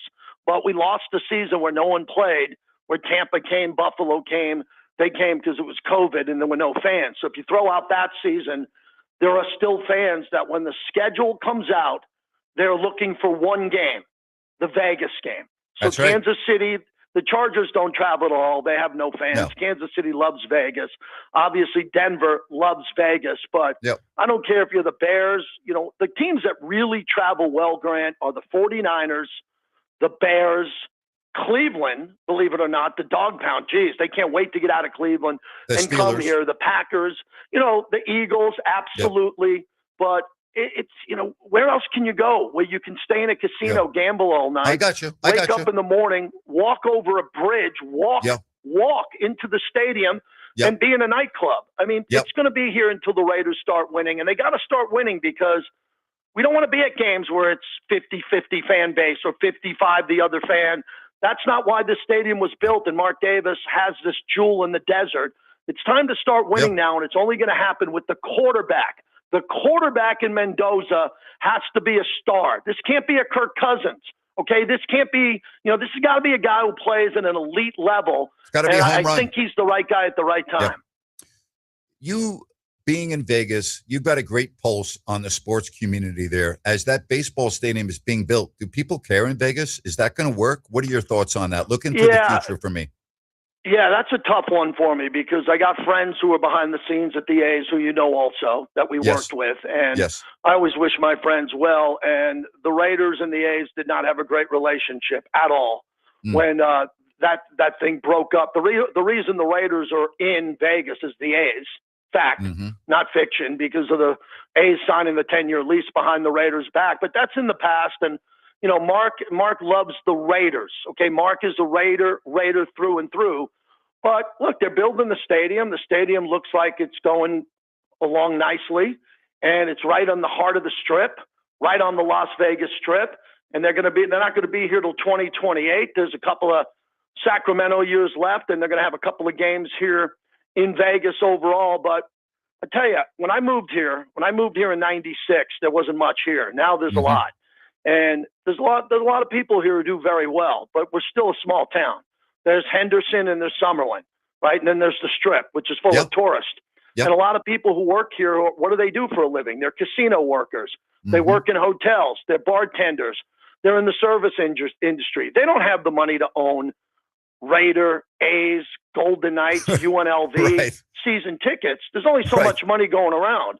So the A's and everybody else will work because fans will come. And I hope we can spend a moment talking about the NBA. We're getting the NBA 1,000%. It's coming. It'll be the next announcement. LeBron James will play an integral part of that. His retirement will move from playing to ownership in Las Vegas. I don't know what the percentage will be. It could be like a Tom Brady percentage, if not more. And then you want to talk about a home run. Wait till the NBA comes here, where the NBA All-Star game was a disaster when it came here and the city wasn't prepared. The city will be prepared for the NBA, and every NBA fan and NBA player will want to come to Vegas, and this place will be rocking. You'll be getting on a 48-minute flight from Sacramento to Vegas to see the Kings, to see the Warriors, and we'll be out west here with an NBA team, and I can't wait for that to happen. Brick, speaking of the NBA, I want to applaud you because I've been talking about this for a couple of years. I'm so tired of Steve Kerr talking about reduce the schedule and load management. I mean, he's responsible. He and Greg Popovich are the reason why we have this situation. But I love the fact that you went after him. Good job. Good job. Well, if there's going to be a load management Hall of Fame, there's going to be a statue of Greg Popovich out front, and there's going to be a statue of Kawhi Leonard. But what's happening with load management now, what I think's going on with Steve Kerr, and I'm always careful with Kerr because I don't do a lot of politics on my show, and he's got really strong political views. Yes, very strong. And those are his views, and I respect everyone's views. But he's watching the aging Warrior team in front of him, aging, and they're not aging gracefully. So he's making these comments about load management because now Steph is participating in load management. This is the annual Steph Curry vacation. If you take a look at LeBron, man, I'm a big LeBron versus Jordan guy. Jordan's the all-time greatest, but LeBron is lapping him in stats. And the one thing that LeBron knew was in the last season of Jordan with the Wizards, he didn't miss a game. And I really thought, Grant, that LeBron, with all of his unique and great accomplishments, was not going to go out a load management guy. He'd have that pride. Plus, his son's on the team. His son's sitting on the bench. And now LeBron's a load management guy. So the load management story is a big one for me. Big difference in age. LeBron's 41. There's a difference between when Jordan played his last year, right? Yeah, a few years. I think Jordan was up at 40, if I'm correct, or close to that. But, I just think LeBron, when an NBA, fair enough. When an NBA, my solution to load management is simple. You play every game, and then the games where you can't play because of injury, we don't question you. But the other night, play 20 instead of 32 minutes. I agree. Play 23 instead of 30. I agree. Just you just take a couple of more timeouts and a couple of more breaks. I agree. Because fans count on this. When I think I read something that Steph Curry hasn't played in New Orleans in like 3 trips, or this is getting ridiculous, and players should care about it. Yeah, Steve Kerr 2 years ago rested Thompson, Curry, and Green 3 weeks apart in New Orleans, the only 2 visits of the year, and in both times he didn't play his stars. Can you imagine? That's the only ticket you want to go to if you're in New Orleans. No one gives a damn about that team. And you're planning your basketball season around seeing Curry and Clay and Green. It was either 2 or 3 years ago. And in a span of 3 weeks, 2 trips to New Orleans, Kerr didn't play any of those guys. Load management giving them a rest. That's a travesty. Well, it's a travesty what's happening with, the bottom 10 teams of the NBA. I'm going on tonight, and it's 6 o'clock on Sirius Mad Dog Sports Radio. And it's a night where I'm going to be talking about free agency. But I do have the NBA like you. And every night when I do my show prep, I just go to the NBA box scores and I go to inactives and DNPs. Yeah. And on any night, I don't care if the game's on Peacock or NBC or ESPN, I don't know who's playing. And when I turn on a game, I'm just looking to see all the stars playing. And there's always one star out on one team, which is a combined 2 stars or 2 all-stars not playing in an NBA game because they devalued the regular season so badly now with this play-in game, with the 8, 9, 10 seed and the play-in tournament, that they don't care about the regular season. But the postseason, when everybody's playing their ass off, that's why I still love the NBA. I know I'm going to get unbelievable passion when the postseason begins, and that's right around the corner. JT, love having you on. Great connecting with you. Keep up the good work, my friend, and we'll do it again. You take care. Look forward to tonight on Mad Dog Radio. Thank you, man. You're the best. Take care, buddy. You got Bye-bye. it, buddy. Take care. Thank you. All right. JT the Brick. He's dialed in on Vegas. I would say this, and you know how I stand on this. I don't care how much money the Raiders make at the stadium if I'm a Raiders fan. Doesn't matter to me. Doesn't matter. I don't care if Mark Davis is printing money. I don't care where he lives. I don't care about his beautiful, fancy jet. None of that matters to me if I'm a Raiders fan. You got to start winning some football games. Is this the start of a new era for the Raiders? I guess time will tell. We'll take a break. Your reaction to anything that JT said, 916-779-0929. Grant Napear, Fox Sports, Sacramento. We are Fox. The new year is here, a fresh opportunity to tell people about your products and services so they know who to spend their money with. Fox Sports Radio has a Mount Rushmore of sports talk talent. Patrick, Cowherd, Gottlieb, and Sacramento's own Grant Napear, and they have an audience you can take to the bank.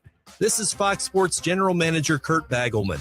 Sports Talk listeners are a unique, target-rich group of consumers. They're employed, they earn 6-figure incomes, 2/3 own their own homes, and they listen to the radio longer. Let me repeat that. They listen longer, so your commercial message has more opportunity to be heard. It costs nothing to learn how a good strategy and a great schedule could help your business. So call me, 916-779-0914. 916-779-0914. Radio gets results, and we are here to help. Call 916-779-0914. Sierra Pacific Home and Comfort is all about keeping you comfortable at home.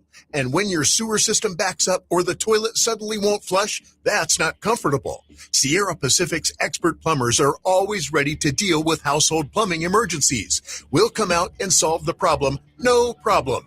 Expert plumbing service anytime at SierraPacificHome.com. Sierra Pacific Solar Heating and Air, the guys in the big red trucks.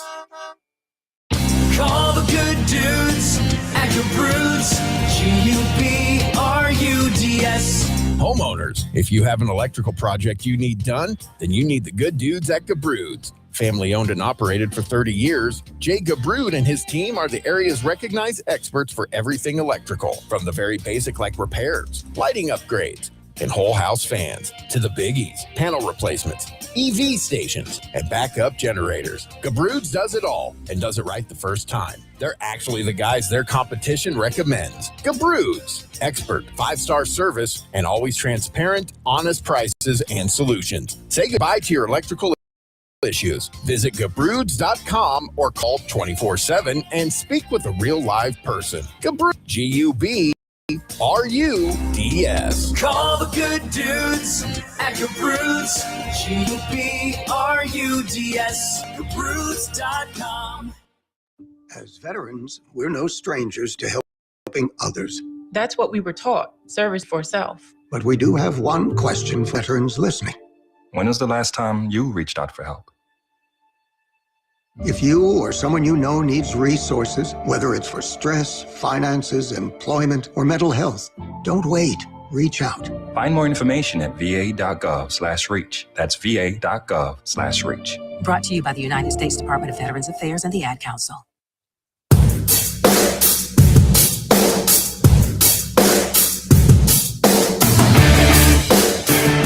My thanks to JT the Brick. I've known him for a long time, and I know his allegiance to the Raiders because I was doing the Raider preseason games in the early 2000s and actually spent a lot of time with JT, and I had been around JT at many events before then. We're both from New York.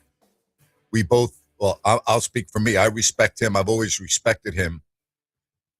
But the reality is Mark Davis has been a disaster as an owner, okay? And I understand about him not wanting to leave Oakland. I do believe that. I get everything that happened, okay? I'm educated on it. I'm not as educated as JT. But in terms of Vegas, it has not been good for the Raiders in the sense that it is going to be very difficult to ever have a home field advantage because the reality of the situation is this. Money talks. And when you're a fan and you're able to sell the face value of your ticket and make a lot of money, look at what's going on in LA. Do you think the season ticket holders of LA are not financially very well off? And I know it might sound like I'm stereotyping, but I'm just telling you what I think. Their fan base is awful. They have a great product. They've won a Super Bowl. They're in an NFC championship game against San Francisco, and there's 80% 49er fans. Do you think it's because the Rams fans, what? But you know what? They're selling their tickets for 4 and 5 times face value. It's 75 degrees. They're able to watch the game on the beach, on their phone, from the golf course, right? Why do I think it's going to be any different in Vegas? I don't. You know, if the Raiders win, yeah, you'll see more Raider fans there, but you're always going to have an influx of the New England fans, of the New York fans, of the Chicago fans. We can go on. They're going to plan their football road trips around going to Vegas, and they're going to spend whatever they have to spend, Ryan, to buy their tickets. So I don't know if it's going to work in Vegas in terms of home field advantage, which has been a real problem. Mark Davis, Ryan, has come out and he's spoken out against that it really bothers him. Well, you know what? Part of it's his fault because they've been so bad, but I don't know if that's ever going to change. Yeah, I want to clarify this. Tell me if I'm wrong. The Las Vegas Raider fans, the fans in Vegas, aren't good fans. Raider fans outside of Vegas Correct. are great fans. It's a business, and I do make a little distinction between the LA fans and the Vegas fans for this reason. It's a more intimate setting, and it's also a setting where it's a one-stop shop. I thought JT made a great point about that. You have the Strip right there. You can fly in, and you never need to get in a car after you get to the Strip. What's right? it cost to fly in? What's it cost to get a hotel? We have to factor that into buying your tickets. It's not just as simple as you're walking out of your house in Vegas and you're going to the game. Think about how much it costs, Ryan, if you're a Vegas fan, right, and you don't live in Vegas and you have to fly in. So think about the cost of getting to the airport, your ticket, your lodging. That's before we even get to the game. How many people can afford to do that? No, 100%. But I'm saying that's why I draw the distinction. Not many people can afford that. I told you about my friend that lives in LA. He said it was cheaper to fly to Kansas City to see the Raiders play than go to Vegas and see a home game. But if you are the opposing team's fans, it's the most convenient building and the most intimate building for NFL football in the league because you catch a ride to the Strip, you don't need a rental car, Grant. You have everything right there, and you get the entire Las Vegas experience on top of seeing an NFL football game. So that, to me, separates the dynamic in Vegas and the dynamic in Los Angeles right now.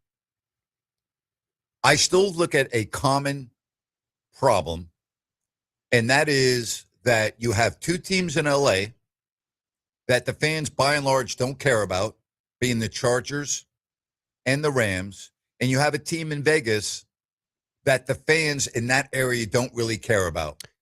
And the reality is the NFL was too afraid and did not want to put Mark Davis in the number 2 market in the country. Mm-hmm. And you know that they would have owned it.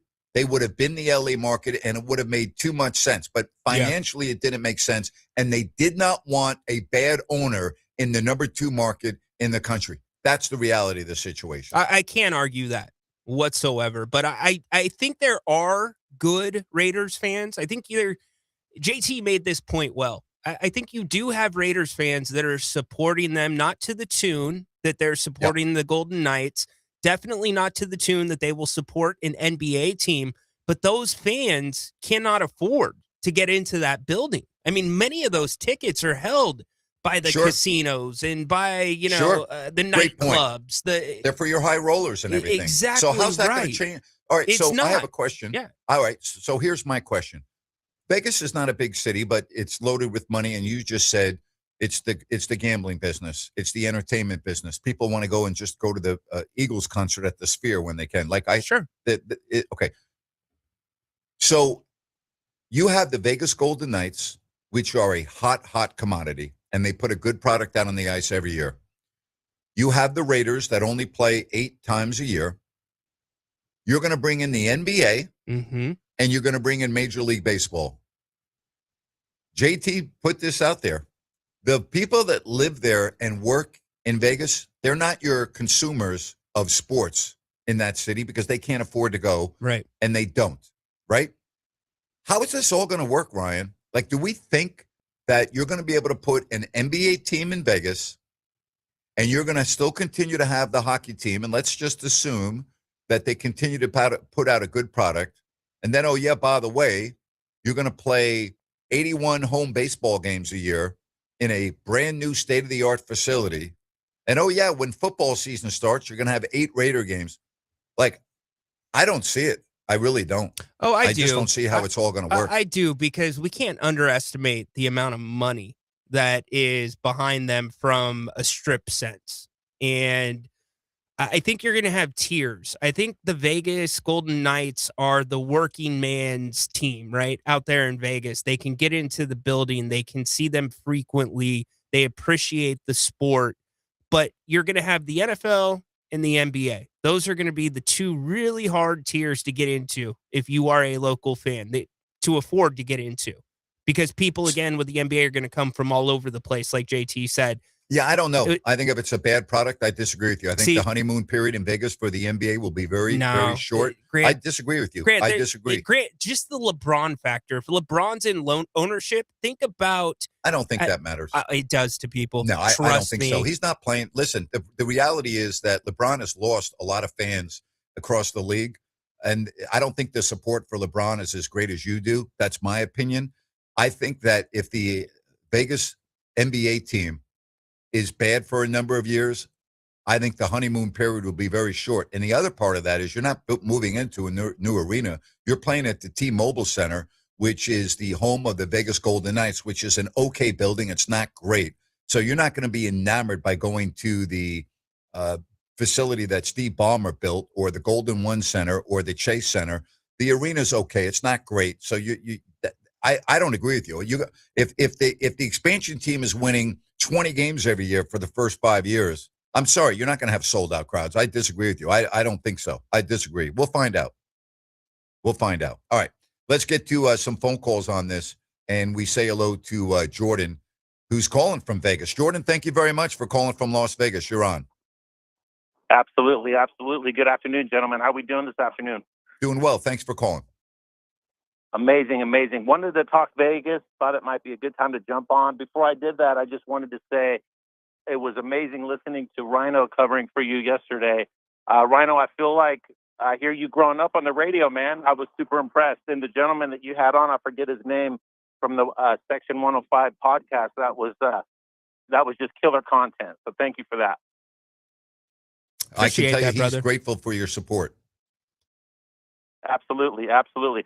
So listen, I'm from Sacramento, have lived in Vegas for about 5 years now. You guys were talking about the Raiders. I didn't catch everything, and Vegas Golden Knights. So I'm someone who loves Vegas, great city, for all the reasons that everybody knows. Grant, I know you love hockey. I've never literally been to a hockey match ever. And so that's one thing that I want to do out here. I have a lot of friends that are into that. In terms of the Raiders, and I didn't hear everything you guys were saying. I heard a little bit of that they didn't go to LA because of Mark Davis. Look, it is expensive to get decent seats to a Raider game out here. No question. Understand. Right. I mean, it's tough. I think, the Golden Knights, I don't know what they cost, but I know they're very expensive. Very expensive. Are they? Okay. Because you know why? Because they're one of the best teams in hockey every year, and it's supply and demand, and they sell it every game. Tickets are very expensive to go to the Golden Knights. Right. But you know what? What they have out here too, and again, just in layman's terms, they've got maybe the AAA version of the Golden Knights. Yes, and out in Henderson. Yes. Right. And a lot of people will go to that and have almost just as much fun, Yeah, no, listen, you're right. They do support that very well. They do very well in Henderson. But, I mean, in terms of the hockey tickets for Vegas, they are not cheap. They're expensive. Are they? Yes. Yeah. I mean, yes. I'm not surprised. And I think to Rhino's point, the casinos, they comp so many people with everything. A while back, I had mentioned, Grant, that I'm a retired Cowboy fan. Yeah. I grew up as a Cowboy fan. I didn't have a choice because of my dad, but I'm more of a product of the late 80s and 90s with the Cowboys. I mentioned this because I was allowed to like the Raiders because they were AFC, right? Yeah. I would love to like the Raiders, and I hope that they can become a good team, So I'm hoping that they can kind of figure that out. And I see and it will happen if their quarterback ends up being really good. Hey, Jordan, I really appreciate you taking the time to call from Vegas. I appreciate your support. Thanks for listening to the show. Absolutely. Thank you, guys. Congrats on the show. Thank you. Hey, I want to tell you about DAS Mechanical.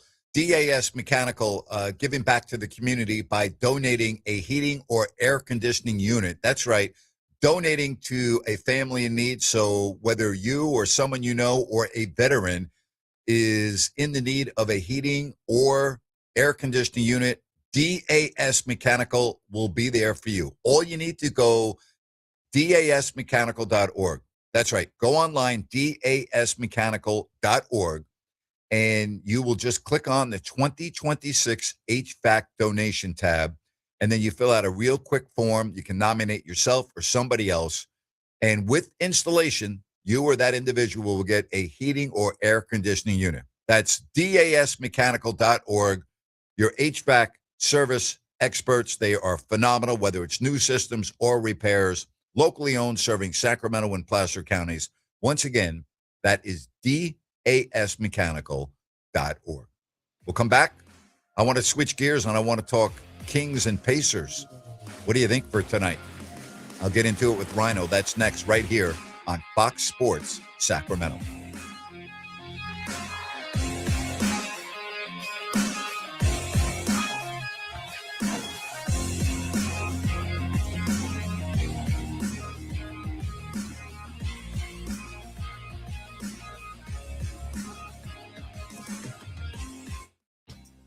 You've been saying you're going to pay better attention to your home's honeydews. Check one off your list right now by calling Gabrud Services to schedule a 12-point inspection of your home's electrical system. The safe rule of thumb is every 5 years for an inspection. If it's been 5 years or more, call Gabrud's now. A qualified technician will provide a thorough inspection of the electrical system to ensure it's safe or alert you to potential problems. At Gabrud's, electrical work is all we do. We are the area's recognized experts for anything electrical, and our number one priority is ensuring ensuring your home and family are safe. You've been saying you'll pay better attention to your home. Stop saying it. Make the call to Gabroods. Talk with a real person and schedule your 12-point inspection today. Gabroods, locally owned for more than 30 years. Gubroods. Call the good dudes at Gabroods. Gubroods. Gabroods.com. Welcome to Par 18 Golf, Northern California's premier TrackMan Golf Performance Center. If you love the game of golf, you're going to love Par 18 Golf. Par 18 Golf is where serious golfers go to elevate their game to an entirely new level. Par 18 Golf features Ultratech TrackMan practice bays. These are the very same golf simulator systems that PGA players use to perfect their game. TrackMan systems use Doppler radar and high-speed cameras that give you instant feedback on your swing. It analyzes distance, ball spin, face angle, and club path. It's how the world's very best players train. Open for both private and group events, with memberships, leagues, and coaching available. It's for serious golfers who demand more from their game. Located inside the historic Nimbus Winery in Rancho Cordova. Open every day by reservation, rain or shine, day or night. Visit par18golf.com today and experience the future of golf performance. Are you SAC Alert? Have you signed up to receive emergency alerts via phone, text, email, or app? Well, what are you waiting for? Winter is coming, and that means there is potential for storms and flooding in our county. Don't get caught off guard or left in the cold. Get urgent storm evacuation and shelter information immediately sent directly to your device. Sign up today at sacramento-alert.org. Again, that's sacramento-alert.org. It's free, quick, and easy to do, and can literally be a lifesaver. You took the first step and quit smoking, but even former smokers may still be at risk for lung cancer. That's why SaveByTheScan.org wants you to know about a new low-dose CT scan that can detect lung cancer early. It takes only 60 seconds and could save your life. You took the first step, now take the next. Visit SaveByTheScan.org for a simple quiz to see if you're eligible and talk to your doctor about screening. SaveByTheScan.org is brought to you by the American Lung Association's Lung Force Initiative and the Ad Council.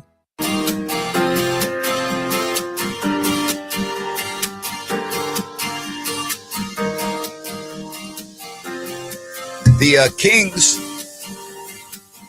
and the Pacers tonight. I will be on after the game on YouTube and X with the post-game show. You do not want to win this game tonight. Ryan, I'm looking at the Pacers lineup. I haven't even heard of these guys. I'm like, wow. Like, what is going to happen tonight? I'm looking at who's playing and who's not playing. And we know about all the injuries on the Kings, but I'm looking at their roster, and it's much better than the Pacers roster. Yeah, let's give you some background on these Pacers, Grant. 9 straight losses in a row. Yeah. 6 of those 8 losses, teams have scored 130-plus points. Yeah, it's a joke. So here's your key to a Kings win. 120 or more points, which has happened in 10 of their wins. There's from a logical common sense stance, there's no reason for the Kings to lose this game tonight. No, they shouldn't lose this game. And could you imagine the Indiana Pacers getting the number 1 pick in the draft and Tyrese Halliburton coming back next year? Feels like one of those proposed rules by Adam Silver because of this year. If you were in the conference finals the season before, you're not eligible for a lottery pick. I like that. What do you think? That's it's basically the disaster rule, right? Like if you end up losing a Halliburton, a Tatum, but I actually don't like it for this reason. The CBA that's in place, it's really tough to put together a long-term plan. And if you lose that player because you're building around that player, I think there should be a little grace given there. Precious Achiuwa has been playing very well, hasn't he? He has. He's playing really well. What do you think his market value will be next year? And he's probably not going to be back on this roster. No. I would think it's unlikely. So when you look at this team next year, not knowing who you're going to draft, I don't see him on it. No, I don't either, unless the Kings were able to free up some salary and get rid of a forward. I think he's going to be 2 years between 14 and 18 or 16 million. Okay. What do you think Keon Ellis is going to get in the offseason? My guess would be about the same, maybe a little closer to the 16 for 2 years, so about $8 million a year. Okay. He's playing well with Cleveland. He is. I'm not surprised. We said that was going to happen before he got moved. We said that he was a universal piece. Send him to 28 other teams, in this case 29, mm-hmm. and he would fit in perfectly. Yep. And he's just showing that right now. I'm so happy for him. I am too, and it's just infuriating.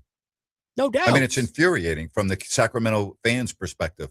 No doubt. I'm happy for Keon. I'm very happy for him because he's earned everything that he has. I mean, look at his career and look at how he has elevated himself to this point. But he should be on the Kings, and it's a travesty. And you know what is even more of a travesty? This team had a chance to make it right with him. If he was the quote-unquote reason Mike Brown got fired for not playing him, then you better, if you want him around, you don't screw that up a second time. And what did they do, Grant?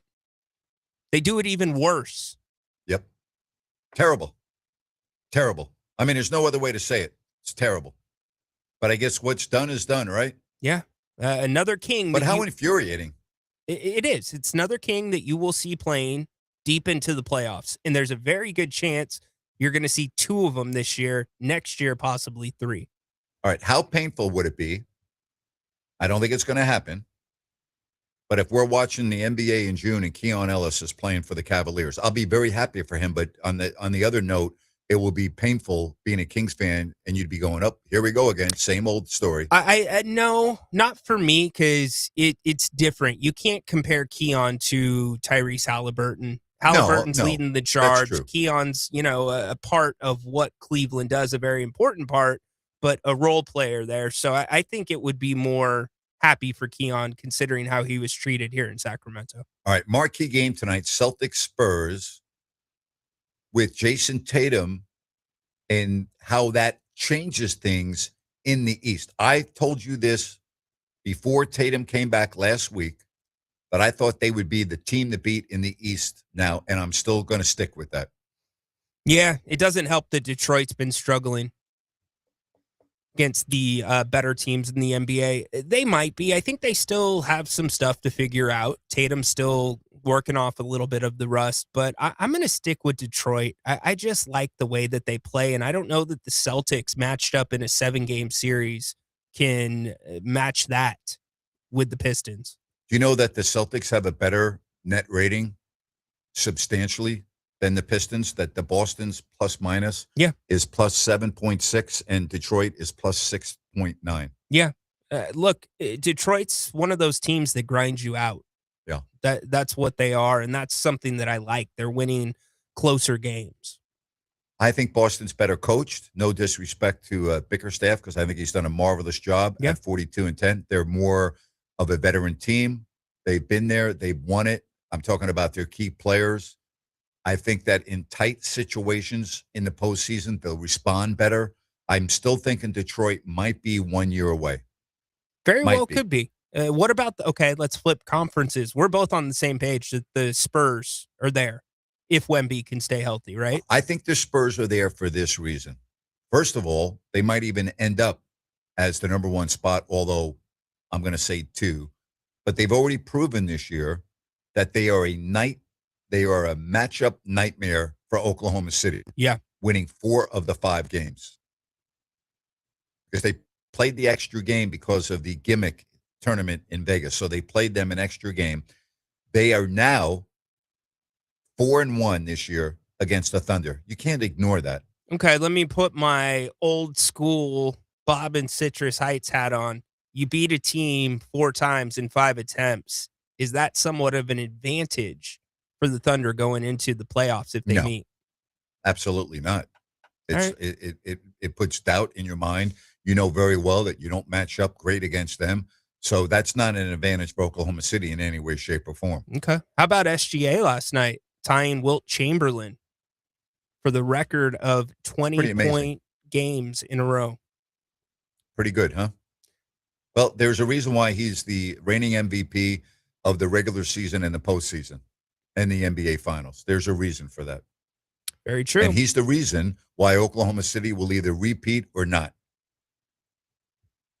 Yeah. Yeah.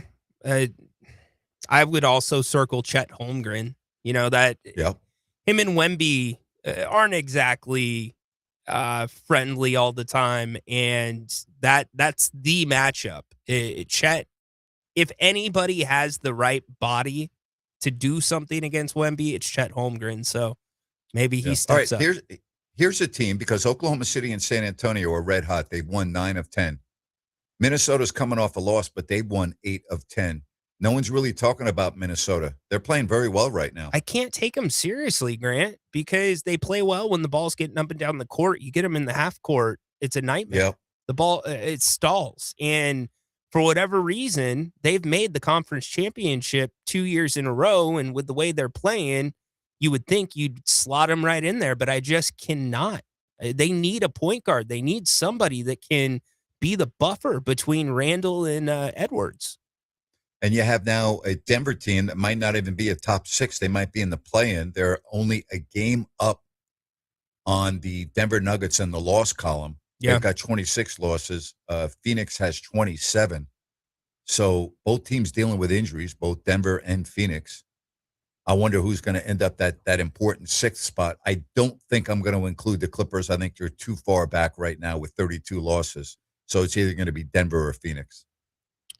I'd hate to have Denver in the play-in if I'm the Clippers, the Warriors, or the Trailblazers, because I don't think you're beating them. I could see Phoenix getting the 6th seed, but would you agree Denver is more dangerous? Oh, no question. They're much more dangerous. When you have Nikola Jokic, if he's healthy, of course. I still think he's the best overall player in basketball. Yeah, 100%. Murray's a little bit banged up right now. I mean, if those two are healthy, watch out. And they've been playing a decent amount of time without Aaron Gordon. He just returned recently. Well, that's the key. You have to have him on the floor. You're not going anywhere without those 3. Think about the postseason he had last year, Napes. He had one of the best postseasons of anybody. Yeah. 916-779-0929. I've got Grant's Rant coming up here in a couple of moments. I want to tell you about Village Financial Group and Spencer Grimmenstein. We talk about buying a home, selling a home, maybe a home equity line of credit here in the year 2026. Well, Spence is the man, because he is, number one, very experienced. His shop, the Village Financial Group, it's kind of like a white glove service, a boutique shop experience where he's going to take you from the start line to the finish line. He has access to private money, which is important. He's a financing specialist, and with that access to private money, it can expedite your loan being closed. Go check out vfgloans.com. You'll find thousands of properties available for purchase. You can call or text Spence at 916-805-4868. That's 916-805-4868. It makes sense to call Spence at Village Financial Group, 805-4868. Village Financial Group, looking out for your best interest. 2 hours in the books.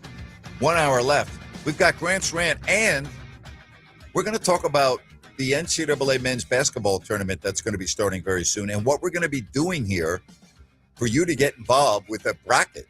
That's right. We got some ideas for you, but we want your input. We want your feedback. Sean Salisbury is not feeling well. He's sick today, so we'll reschedule him for a later date, keeping that in mind. We'll come back. Grant's Rant in the 3rd hour next year on Fox Sports Sacramento.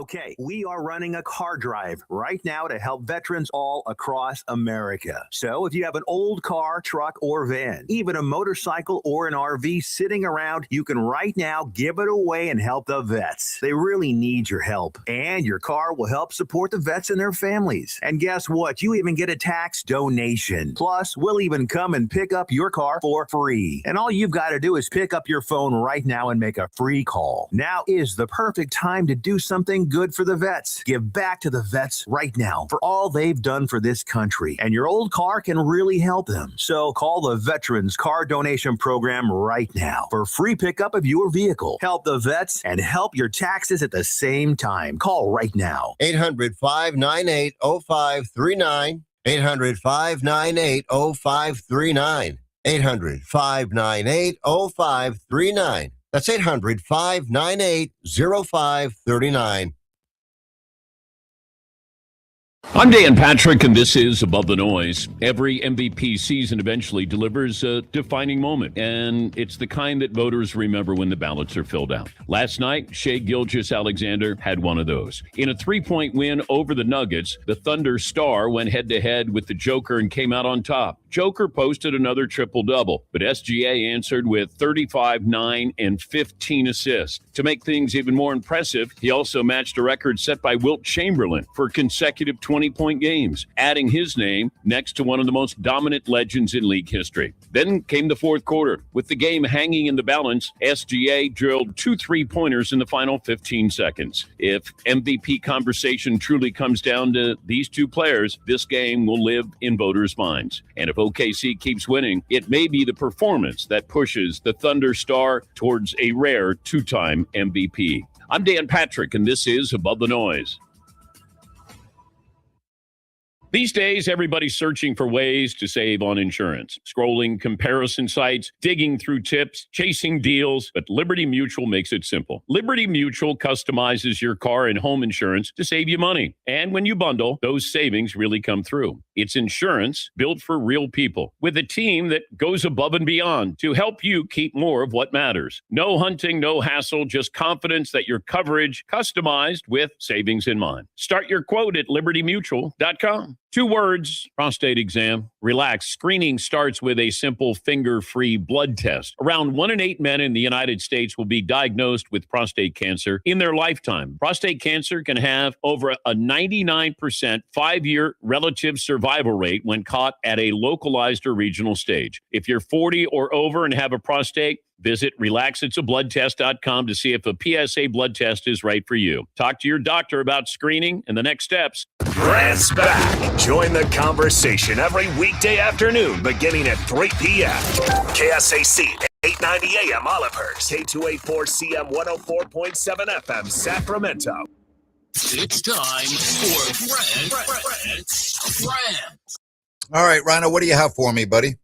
All right, Nate, so we've tiptoed around it, and everybody might be wondering what Steve Kerr had to say last night. Here was Steve Kerr. I know this will not be a popular opinion in the league office, but I will continue to say it because it's obvious we need to play fewer games. We need to take 10 games off the schedule. I think it would be great for the league. And I get it. It's revenue, and you'd have to get everybody to agree to take a little less money. And that's a really hard thing to do. But what I know about the league, about coaching, about how hard it is to play the modern game with the pace and the space, I think it would be a more competitive and healthier league if we played fewer games. So there is your first option. Your second option, because you showed such great restraint during Jordan from Vegas's call, he mentioned that he was allowed to have a second team because they were in the AFC. I know how you feel about having 2 teams. And last but not least, we've been complaining a lot about Adam Silver and the way he's managing the NBA. But here's another problem with the NBA. You can't find the darn games. Like, I follow the NBA for a living, and I can't keep track of where the games are at every night. Charles Barkley said the same thing. Charles Barkley ripped the league last week for exactly what you're talking about. So there's your 3 options. Well, those are good options. I'm going to talk NBA. How come Harrison Barnes can play every game every year? How come DeMar DeRozan at his age can play every game every year, by and large? Did miss the game the other night. He's 36. He's playing a ton of minutes. Harrison Barnes. How come they can do it? Like, I don't hear them saying that the league needs to go to 72 games. It's a joke. Okay, the league is bent over backwards to accommodate the players with fewer road games, meaning fewer travel dates. You still play 41 on the road, but there are times when you stay in a city to play a team twice, so you don't have to go back a second time. There are no more 4 games in 5 nights. I mean, enough already, right? You hear hockey players complaining that they need to play a 72-game season? You ever hear talk about load management in hockey? No. It's a foreign word. They don't even know what that means. And yet all I hear about is the NBA and the pace and everything else. Go watch a hockey game, right? If it's good enough for them, it should be good enough for you. Figure it out. Deal with it. It's a joke. I believe that if you played 72 games, you'd have the same problems that you have now. So I don't think that shortening the season is going to do anything. And to Ryan's point, and Charles Barkley talked about this last week, he's 100% correct.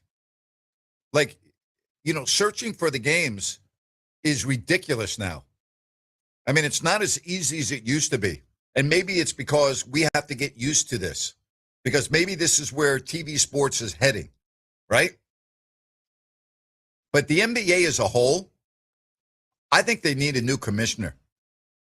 And I'm going to read a story again that Phil Mushnick wrote of the New York Post as I continue my rant. And the reason why I'm doing this is because he has been talking about what the NBA needs to do before they did it yesterday, and that's pulling the plug on the event that was scheduled for Atlanta. Can I read this, please? Let me put on my glasses here as I'm getting old. All right? Being a beneficent fellow, I declare this benefit of the Doubt Sunday.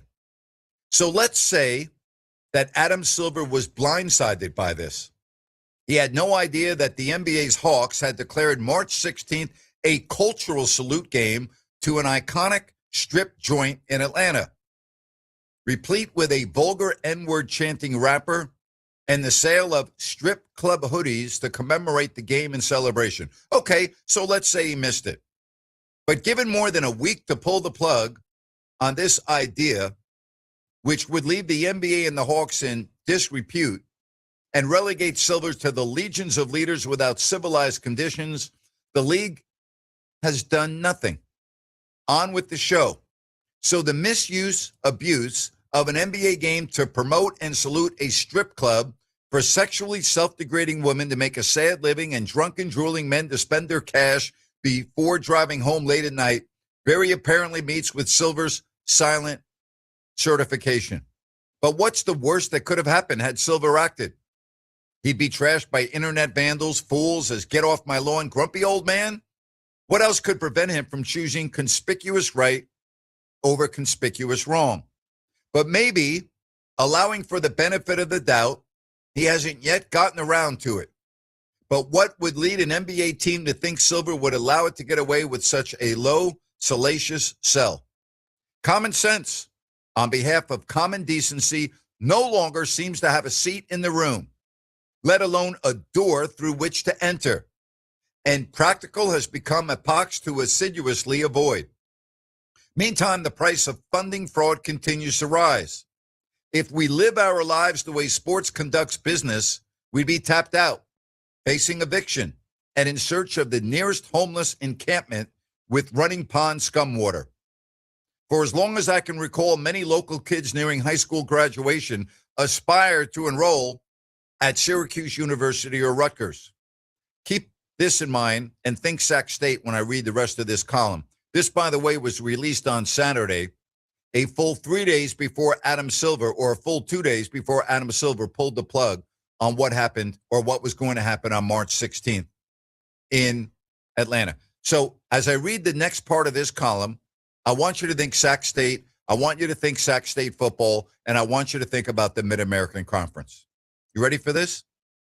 Thursday, I learned that an incoming Syracuse freshman, a regular student in pursuit of a higher education sans full ride athletic scholarship and or nil bait, this year will be charged roughly $83,000. If that number holds, that's $332,000 to graduate in 4 years.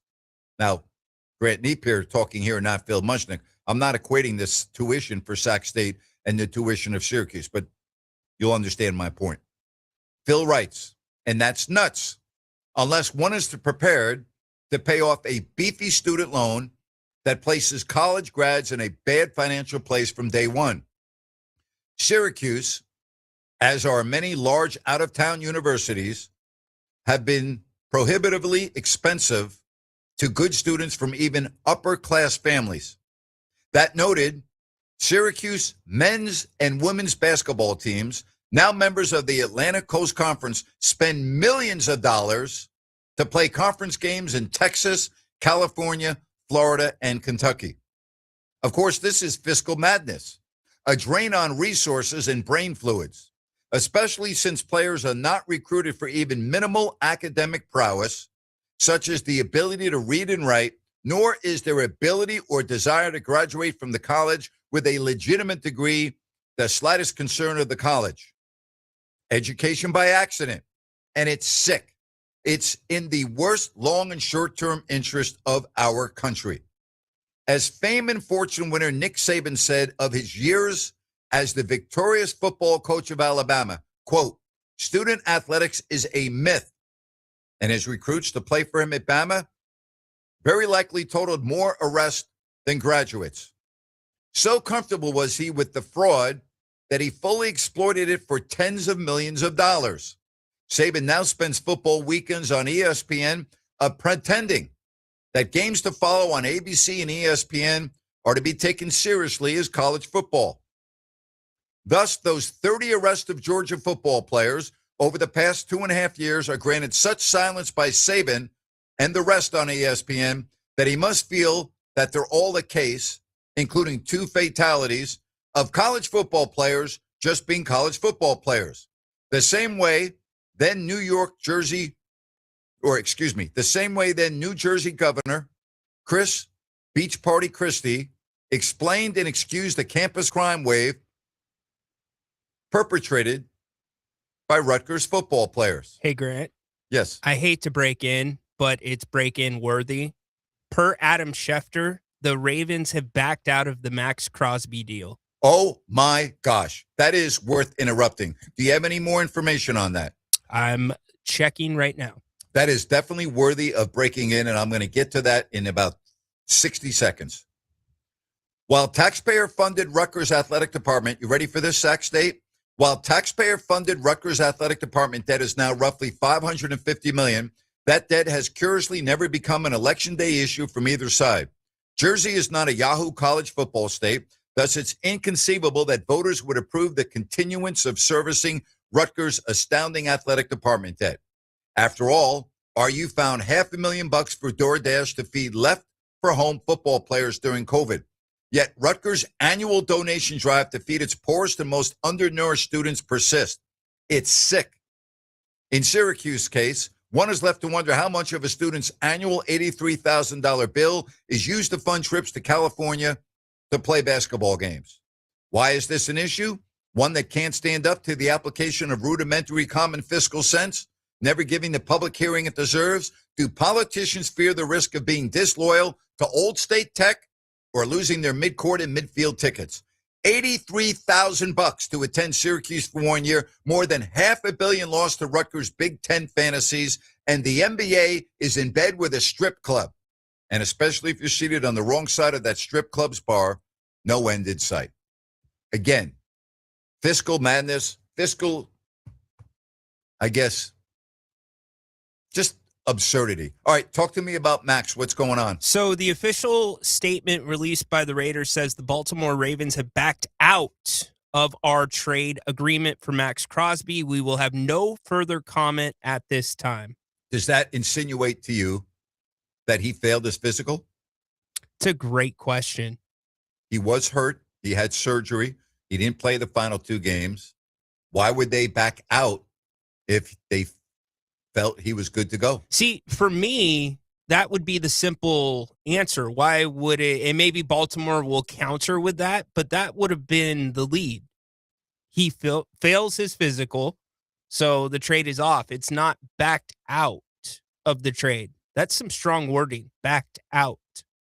They backed out of the trade. Now, remember, trades can't be official until tomorrow at 1 o'clock Pacific. Okay? Right? The new year has not started yet. This is basically the moratorium, right? It's like the NBA does, where you can talk to free agents and you can come to an agreement, but you can't sign until like the 6th or 7th, right? So that started on Monday or over the weekend. I beg your pardon. Now here we are. Nothing is official, Ryan, until tomorrow at 1 o'clock Pacific. So you just outlined something that Adam Schefter put out. So you said that perfectly. And then he retweeted, "Welp, it's not just players that can change their minds. Teams can too. But clearly there's a reason." And Max Crosby still had to take and pass a physical coming off of a significant knee injury. It feels like, though, Grant, you knew that injury was there. It was repaired, and it's Max freaking Crosby. Not saying you look past an injury that might be career-ending, but there was nothing along those lines that's been reported when it comes to what is the domino effect of all of this is going to be? The Raiders. It's huge. The Raiders have just agreed to deals with several defensive players that I just talked about with JT the Brick. And think about the other teams that, like the Cowboys. The Cowboys were very interested, rumor-wise, to get Max, and they went out and they agreed to defensive players. Can you imagine the domino effect from all of this? Because, again, nothing is official until tomorrow. Think about that. Yeah. Do the Raiders have to? And then that's bad business by the Raiders, right? If they have to back out of a deal with, say, Tyler Lindenbaum, there's no report of that, but that's that domino effect because trading Max cleared up a ton of space. Yes. And again, understand that you can agree to terms with an NFL team if you are a player, but you cannot be signed until tomorrow at 4 p.m. Eastern, 1 o'clock Pacific. Okay. Nothing is official until then. So you just hit the nail on the head. If nothing's official until then, my guess is that physical is not happening until that trade is official. Would you agree? I don't know the answer to that question, but if you're the Ravens and you have an agreement, a verbal agreement with Crosby, why would you back out short of damaged goods? And if I'm only asking, why would you back out of that? And I agree. And if you're the Ravens before coming to that agreement with the Raiders and Crosby, you know they asked for all of the medical reports. You know that. And by the way, thank you for interrupting me on my rant. That was interruption worthy, and I'm glad you did that. This is gigantic news reverberating throughout the NFL because it is going to have a domino effect. If tomorrow at 1 o'clock Pacific, the Ravens change course not only with Max Crosby, but what do the Raiders do? In other words, can you imagine right now being one of the free agents that have a verbal agreement with the Raiders, and now you're like, uh-oh, that may change everything. Right? Well, JT doesn't have to worry about NBA content tonight. No, he does not. I don't ever recall something like Grant, this happening. This just feels a little bit different. I mean, what about the DeAndre, his last name's escaping me right now. He's still in the NBA. Where he was going to go to the Mavericks and then he backed out and came back to the Clippers during the agreement phase. But the difference was You're talking about DeAndre Jordan? Yes, DeAndre Jordan. The difference was he was a free agent. This is a player being traded. So we're trying to work through this in real time. I find this fascinating that on the eve of real, legitimate NFL free agency, where tomorrow you can be signed, sealed, and delivered, and the Raiders' full statement is we will have no further comment at this time. My gut tells me this is not a physical thing, because you wouldn't put "we will have no further comment at this time" and I use would the agree, words. but what could it be? Well, the Raiders, to me, are insinuating this is on Baltimore's end. Correct. Why would it not be? The Baltimore's backed out. The Raiders aren't backing out, And according to Adam Schefter of ESPN. Yeah, and understand Baltimore rarely departs with first-round picks. They were giving up That's two correct. of them. That's correct. This is a bad look for the Ravens if this deal does not go through and it's not physical. This is going to be a real black eye for the Baltimore Ravens, because other teams now have made moves with agreements that are predicated on Max Crosby agreeing with the Ravens. This is going to be a bad look for this franchise. Bad look. Well, you've already put the Raiders now into that corner that we've talked about briefly, where you could look at backing out of deals because that money is now coming back. Yeah. You're now in a corner where you need to go over the cap because the Ravens went back. Well, maybe I should ask you for your prediction, because you've been killing it on Prize Picks, and everything you've been picking has been coming up roses. So, maybe I'm thinking I should ask you what's going to happen, because you've been nailing it with Prize Picks. Yeah, it has been a lot of fun. Hopefully you have joined us already. If you haven't, it is not too late. Join me on America's #1 daily fantasy site. It's Prize Picks. Like Grant said, we have only missed one lineup since forming this partnership. So what you need to do, go to Prize Picks, download the app, go to the website, sign up, use the promo code RYNO50, RYNO50, to get $50 in free play after you play your first $5 lineup. Prize Picks is super simple. You'll pick 2 to 6 players. You choose more or less on their stat projections, and you let them do the work from there. Join your community. Come join my community on Prize Picks. Again, download the Prize Picks app. Use the code RYNO50, RYNO50, to get $50 in free play after you play your first $5 lineup. Prize Picks. It's good to be right. Well, you have been right. Congratulations on your great job. Tell you what, we'll take the break. We're going to come back more and stay on this story. Max Crosby, the Ravens backing out, the Raiders saying they will have no comment. That's going to change tomorrow. There's going to have to be a lot of comments made. That's more to this story next here on Fox Sports Sacramento. We are Fox Sports. You've been saying you're going to pay better attention to your home's honeydews. Check one off your list right now by calling Gabrood Services to schedule a 12-point inspection of your home's electrical system. The safe rule of thumb is every 5 years for an inspection. If it's been 5 years or more, call Gabroods now. A qualified technician will provide a thorough inspection of the electrical system to ensure it's safe or alert you to potential problems. At Gabroods, electrical work is all we do. We are the area's recognized experts for anything electrical, and our #1 priority is ensuring your home and family are safe. You've been saying you'll pay better attention to your home. Stop saying it. Make the call to Gabroods. Talk with a real person and schedule your 12-point inspection today.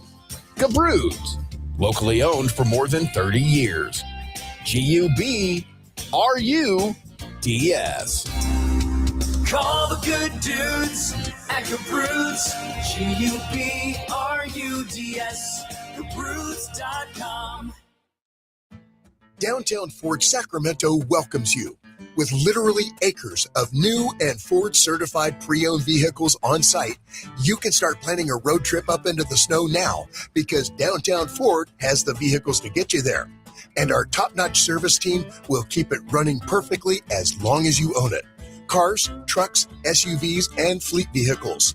Downtown Ford Sacramento, open daily on Howe Avenue next to the How About Arden Shopping Center. Listen up, guys. Are you experiencing any of the following? Fatigue, less drive, poor performance? If so, you may be one of the nearly 30 million men in the U.S. today dealing with ED. But did you know you don't have to pay hundreds for a prescription anymore? And you don't have to deal with the hassle of seeing the doctor or the embarrassment of going to the pharmacy for a certain pill. Now, with one free call, you can find out how Herbal Virility Max can help you feel like a man again. For over a decade, Herbal Virility Max has helped guys just like you put a smile back on their face with improved performance and drive. Call today and ask about our buy one, get one free offer. 800-690-8445. 800-690-8445. 800-690-8445. That's 800-690-8445. This past Saturday, we at Fox Sports Radio Sacramento and our friends at Elk Grove Chevrolet had the honor of supporting the amazing Runnin' for Rhett organization during the Capitol Beer Fest. Your proceeds support the goal of Runnin' for Rhett, which encourages you to take that first step and move into life. Because of your help in helping us score a big win for Runnin' for Rhett, we at Fox Sports Radio Sacramento and our dear friends at Elk Grove Chevrolet feel that we all win. Thank you for helping us make a difference.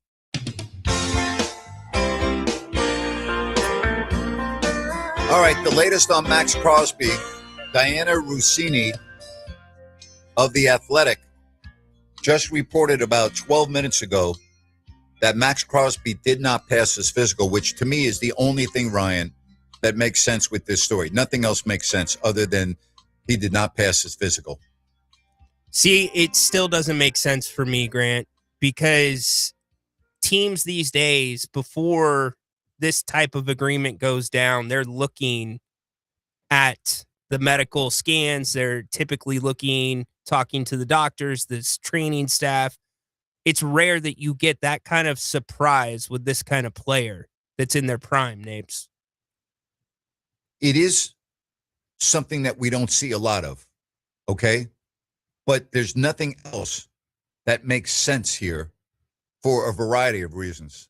If you were to back out of this agreement without a physical being part of this story, this would be a huge black eye for the Baltimore Ravens. And now what? Okay? Yeah. Now what happens? What is going to be the domino effect of all of the other verbal, not written, verbal agreements that players have currently with the Raiders and other teams? Well, a couple of linebackers in Tyler Lindenbaum, they're scrambling to call their agents right now. We don't know that yet. You got to be careful that you just make a blanket statement like that. Well, my guess is they're calling their agents right now. Well, they might be calling their agents. I don't dispute that, but that doesn't mean that the Raiders can't keep some of those players. No, I just said the players are probably trying to figure out what's going on from their agents. Yep.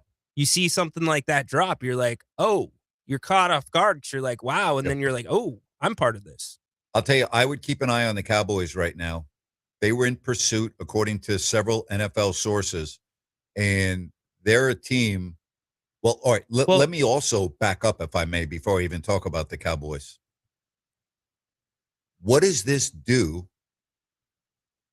to Max Crosby's trade value due to the fact that NFL free agency starts full speed ahead in earnest tomorrow when players can be signed? Mm-hmm.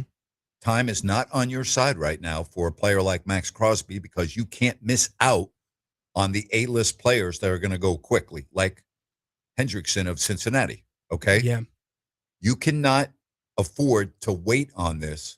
Does this make Max Crosby untradeable right now for this period of time? No, I don't think it makes him untradeable. I think it makes it hard for the Raiders to get exactly what they wanted, which is 2 first-round picks. He's untradeable because they're not going to trade him unless they get 2 first-round picks. They're on record as saying that. Well, then he's untradeable, in my opinion. Wow. I mean, and again, then what happens? Like, what about all those other verbal agreements that won't be able to work out now due to the salary cap? It's going to be very interesting. Wasn't Dallas talking, maybe I misread this, but didn't they come to an agreement with Trey Hendrickson? Not yet. Hendrickson's going to notify teams tomorrow what his plans are. That was as of right when I was coming on the air today is what I saw with him. Okay. Now, if I missed that since I've been on, I apologize. How does this affect his market?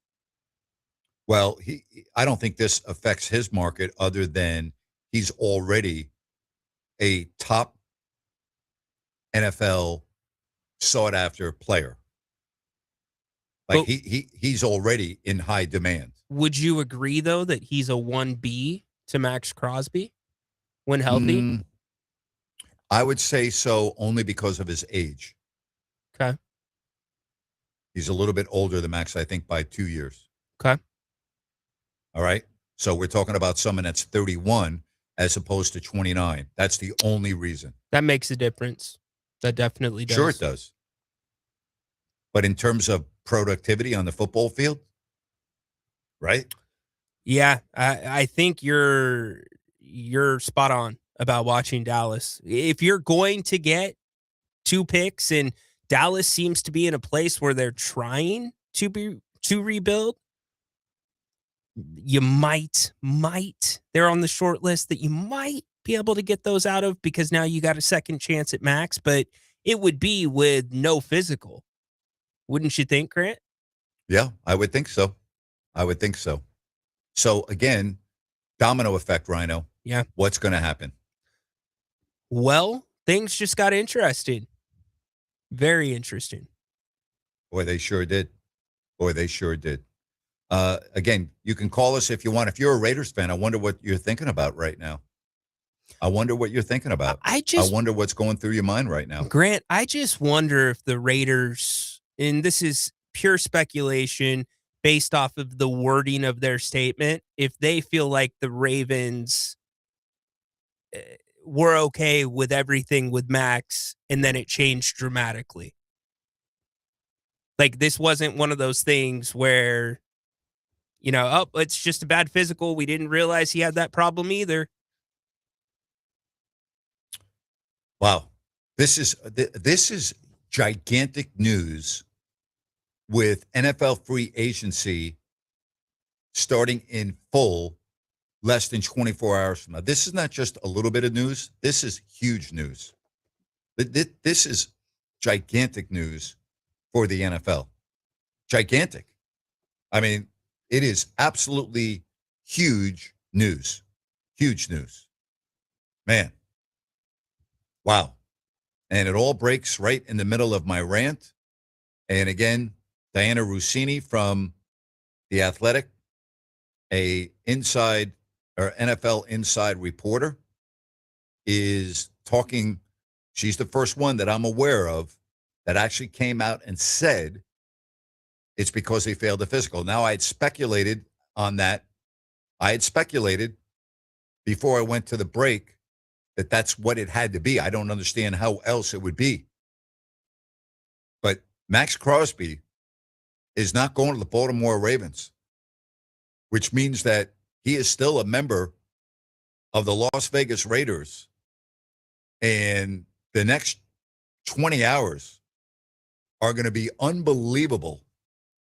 The impact to all of this is going to be absolutely unbelievable. It is going to have a domino effect that you cannot believe. Okay? Going to be amazing. So, what do you think if you're a Raiders fan? Give me a call, 916-779-0929. We were going to talk about the NCAA tournament, what we're going to do. I don't know if we're going to go there now. We have to stay on this story because this is just incredible to me. Incredible. Wow. Let's get to Philip in Galt. Philip, welcome to the show. Hey, Grant, how are you? Philip, what's going on? Happy March Madness. Not yet.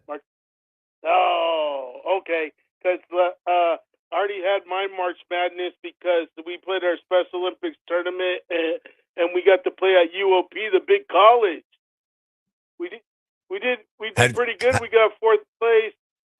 Good for you, buddy. I'm proud of you. Can I tell you one quick thing about it. In my tournament, I scored 2 buckets. The first bucket I scored, I got it off a rebound off a free throw.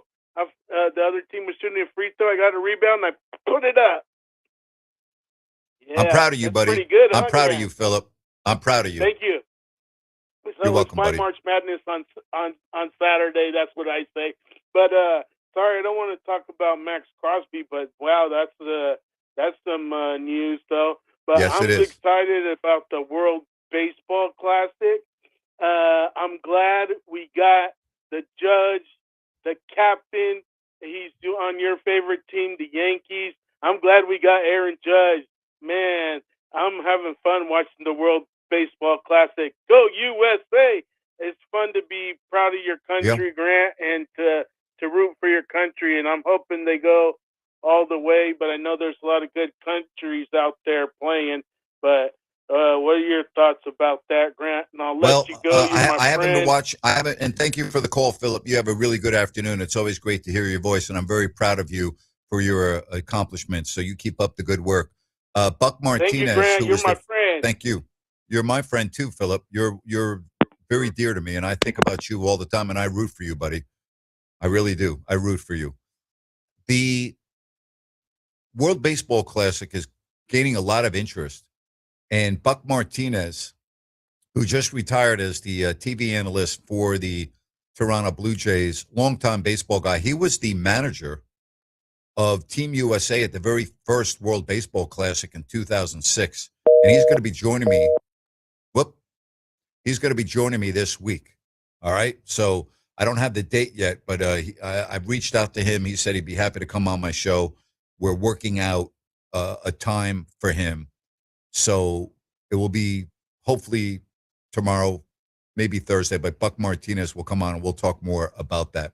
The big news, though, is not the World Baseball Classic. The big news is the National Football League and the impact, all right, of Max Crosby and Diana Rossini from The Athletic, from what I'm aware, is the first one to report that Crosby failed his physical. Yahoo Sports is also adding in, but this is big news in the National Football League. Big news. Here's the other thing too that's kind of auspicious or kind of weird to me is the meniscus surgery per reports was just it was a cleanup. It was not a major injury. That's what's so bizarre. Yeah, because Crosby wanted to play the final 2 games. It wasn't even an injury that kept him off the field because he said he wanted to play and was prepared to play. Normal recovery timeline, 3 to 4 months. Okay. So he had that surgery, I'm guessing, and I don't know, we could look it up, but I'm guessing end of December, early January.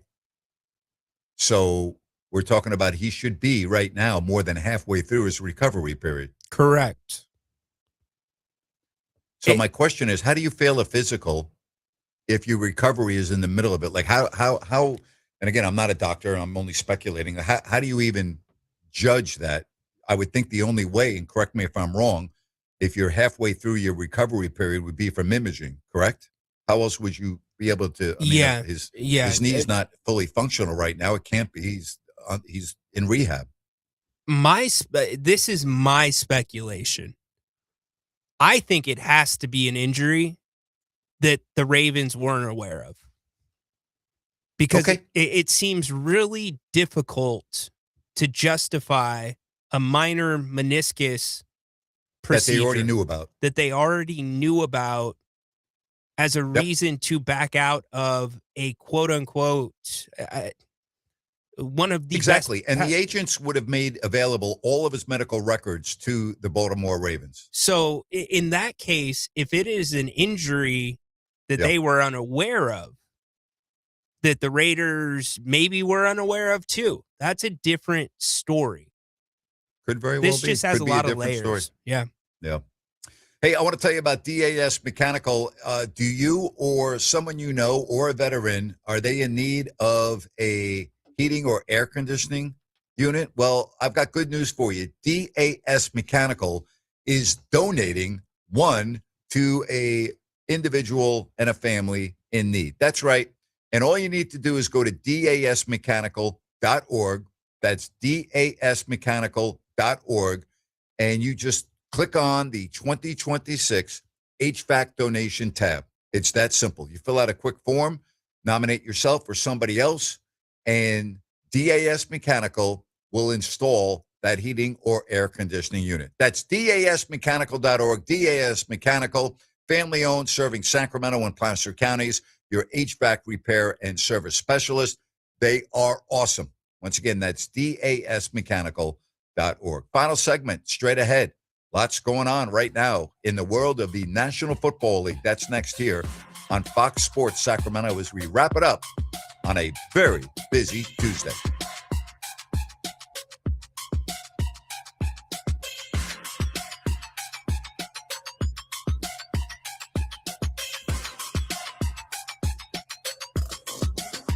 Call the good dudes at Gabrudes, G-U-B-R-U-D-S.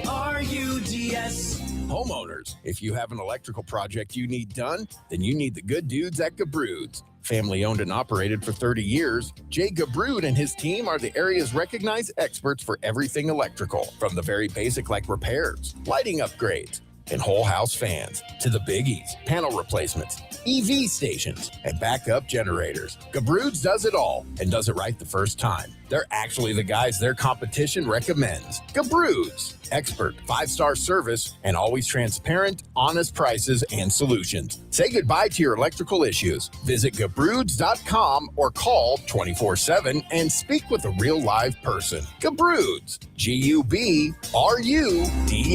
Call the good dudes at Gabrudes, G-U-B-R-U-D-S, Gabrudes.com.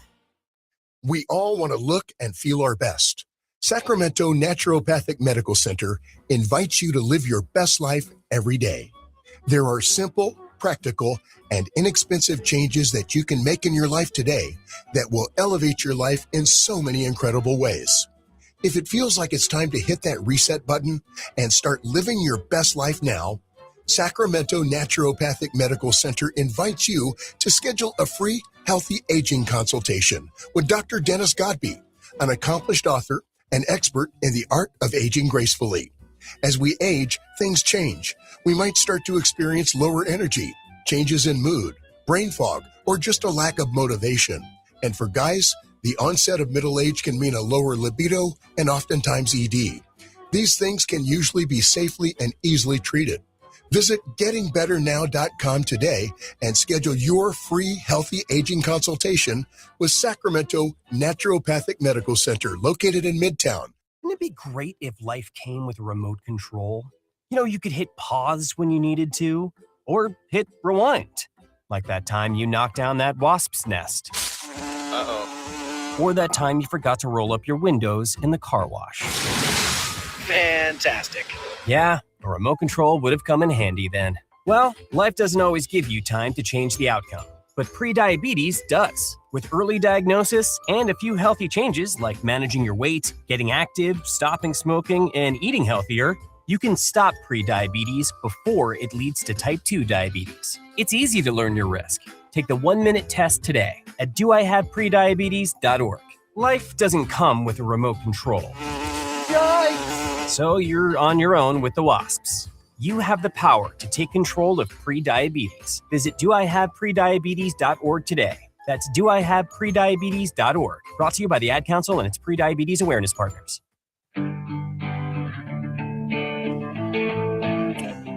Final segment, and we've got people that want to call and talk. So we're going to do that right now, and we are going to start with Dorian. Dorian, welcome to the show. How are you?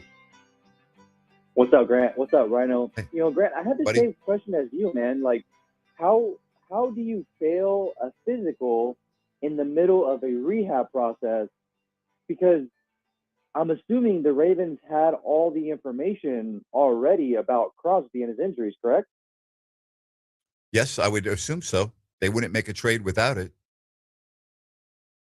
So how do you back out now? I don't really understand that. And well, they obviously saw something that they didn't know about I'm using common Yeah. sense here. They obviously saw Yeah. something that they didn't like, that they didn't know about. There's no way that there's anything other than that. There's something that they saw that was very alarming that made them back out of the deal.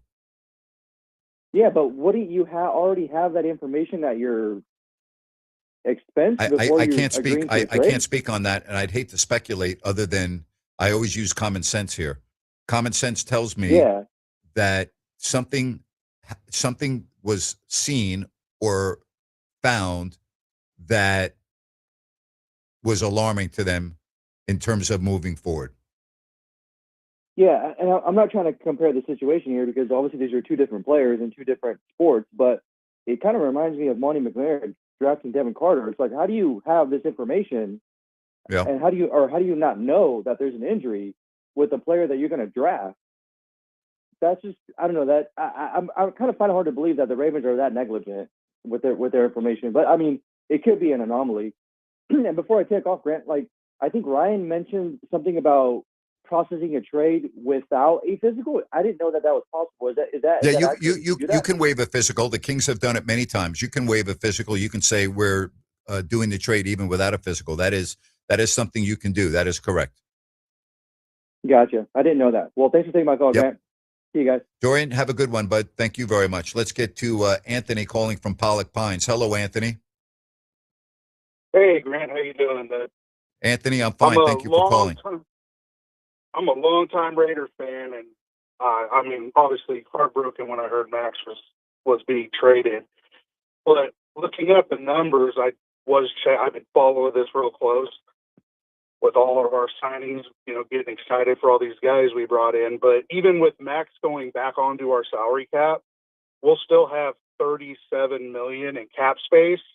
Correct. And even signing our draft picks is another 20. So even taking Max back, we still have $17 million in cap space, correct, including signing all of our things. So I mean, we have plenty of room to take his salary back, and that's including signing all the guys we signed. They are figuring that into the equation as well. I understand, but would you?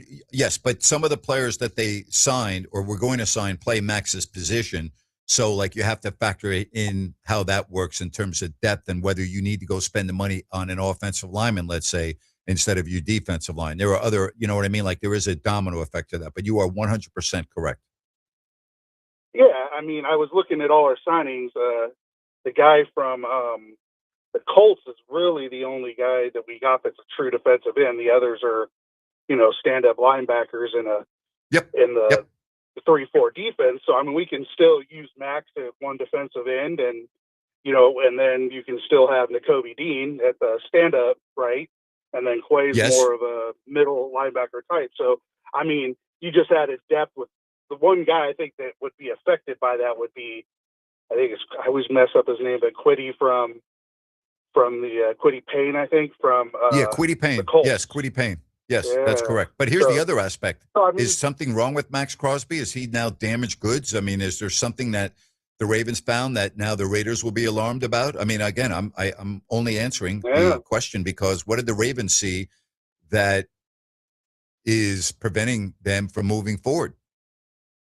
I don't know. Other people might be scared. Me being a Raider fan, I watched that guy from day one as a rookie play with a broken arm all through preseason. Just because he wanted to make the team as a fourth stringer. And the last 2 years he played through knee injuries and still wanted to play, like you said, the last 2 games, even though they didn't want him to. He's one of them old school football players that even a little injury with him, it doesn't faze me because he'll play through it. Or if it's something even more major, I feel he's the type of dude that's will be able to get back on his page and back on his horse. So are you happy or not happy with this? You seem to be happy. I don't want to put words in your mouth. Oh, yeah. No, I mean, honestly, if we can sign everyone we sign and Max, I mean, the hardest part I think is going to be fixing it between the Raiders and Max, right? That'll be the hardest part. But as fans, we love the guy. I mean, I don't think there was a Raider fan that was happy he was gone. So, I mean, if there's a way to keep him and everything we've done, shoot, I'll be ecstatic. Yeah, I got you. Hey, Anthony, I really appreciate you calling the show. Thanks very much. Hope things are well in Pollock Pines. Thank you. All right. Yeah, appreciate it. Thank you. Let's get to Chris in Midtown. Hi, Chris. Oh, hey, what's up, Chris, Grant? what's going on today? Thanks for taking my call. Yeah, thank you. And this is such an insane story. The way the Raiders made it sound in that statement was like the Ravens had buyer's remorse, which obviously is to be expected. But if it's a physical and it's injury related, I mean, you would think that's going to drive the price down, right? I don't think 2 first-rounders are coming their way. I don't see him returning to Vegas, kind of like the previous caller said, that once you move off a guy, and Max kind of seems like that type of guy where he's wears his heart on his sleeve. I don't see him coming back, and that opens up the door for a lot of teams now. Look at the Cowboys were really interested. Maybe the Niners might get in on him. A lot of teams, especially if it's down from 2 first-rounders. Just my thoughts. And take your comments off there on this part. The West Coast Conference getting 3 teams now. I mean, that's insane. Santa Clara with the big upset last night. I know you're probably not super tapped in yet, but what would you think? What do you think about the West Coast this year and them getting 3 bids in? It's a great question. I'm going to get into this a lot more in the coming days, and because the Max Crosby deal is so big right now, I want to keep on this to wrap up the show. But we're going to get into this quite a bit here in the next 3 days. Okay, thanks, Grant. Hey, I appreciate it, Chris. Thank you very much. Ryan, anything new that's happened here while I've been talking to these callers? No. Ian Rappaport came on and said pretty much what the callers said, that it's medical concerns, and maybe it's just because of what I did in a previous life. To our last caller, Chris's point, it seems like with the Raiders statement, somebody feels like there's some gray area here, and if it was a medical concern, it would be the knee. There's nothing wrong with saying that. But when you're coming out with an article and going on ESPN and saying medical concerns, that is where I start kind of locking in a little bit. My radar goes up. This is huge news. I mean, and the caller is correct from Pollock Pines about the Raiders cap. They have a lot of money, but now if Max Crosby ends up on the Raiders, this could totally rethink and prioritize needs that are different. I mean, Max Crosby, when he's right, you need 2 guys to block him on every play, right? And what do we know about the Raiders' offensive line? And you're right about Miller and his injury, but now they have an agreement with a top-of-the-line center. They still need help on the offensive line. They're not going to have the 14th overall pick in the draft that they thought they were going to have. This changes their thinking, and they don't have a lot of time here because tomorrow at 1 o'clock Pacific is when ink goes to paper on players that you want to sign. And they're not going to be waiting around because they have other teams that are interested in them as well. And JT mentioned this. They figured, according to JT, the 14th pick was going to be a starter. Correct. Yes, absolutely. That is why it is important, because it's a smaller pay scale than what you might pay on the open market for a starter, or maybe you get somebody, you get lucky in the latter rounds of the draft. I'm going to ask you this, based on the report that came out in The Athletic about Raiders management, is this where it's concerning, where Tom Brady's not in the building if Tom's running things? What do you mean he's not in the building? Well, according to the report, he only is in Vegas 3 times a year. Okay, well, that to me doesn't matter. I think, he's connected. He's got a telephone, right? He's got a laptop, right? Okay. I don't think it matters that you're actually physically in the building. I'm sure right now they're on a major conference call right now. I guarantee you that Tom Brady is talking with, the brass of the Raiders. I guarantee you that the fact that he's not there, I don't think that matters. Okay. All right. Yeah. I just, tomorrow, I can't wait for tomorrow, Ryan, to see what the domino effect of all of this is. Do the Ravens now go after Hendrickson? Do they now change course? You talked about the Cowboys. As of right now, I haven't seen anything. What does he do? He's in demand. He's a little bit older, but the Bengals defense is not the same when he's not on the field. This is an unfortunate situation for the teams and the player involved, but this is why sports sometimes can write the storylines organically that we can't ever make up. It's what you love about sports, the next 12, 24 hours. Well, if there are medical concerns, and that appears to be the case, are these concerns something that will carry on for this year as it relates to Max Crosby? And I'll tell you what's going to be interesting. Crosby's got a podcast like everyone else, and he's already talked about this trade. He did so the day that it happened. I wonder if he'll come out and speak publicly on this. It's a good question. Right? Yeah. Nice plug for his podcast there. Well, doesn't everyone have a podcast now? And the reason why I say that is when I was driving home from work on Friday after the news broke, and it may have been the next day or it could have been that night, but I heard Max Crosby talking about the trade that he discussed on his podcast. So I got to believe that by tomorrow at this time, we will have heard from Crosby one way or the other. Yeah. And what about the Ravens? What's going through his mind? He's probably... He knows how he is. I mean, he knows exactly how he is physically. Like, he knows his body. He knows whether he's damaged goods or not. He knows whether he's going to be fine. It's either one of two things. It's holy moly, I didn't realize that I had that issue. And now you're focused on your health and addressing a new thing that popped up. Or if it's not his knee. If it's not his knee, correct. Right. If it's his knee, there's probably a degree of frustration. Because as the process, and we are assuming this process played out as most normal ones do, where the information was shared. You talk to who's rehabbing him. You're looking at those scans that go through. And again, I think the important thing to reinforce here, this was not a major knee surgery. No, it was basically a cleanup. I mean, more of a sophisticated cleanup. You can do cleanups where a guy's back on the field in 2 or 3 weeks, but I guess maybe I don't want to exaggerate here, but it wasn't anything that where red flags were like, oh, gee, this is going to impact his career. It wasn't that type of a surgery. Exactly. Right. Maybe a cleanup is a little bit, maybe I shouldn't go there. That's okay. Fair enough. It was. Well, cleanup doesn't take 3 or 4 months.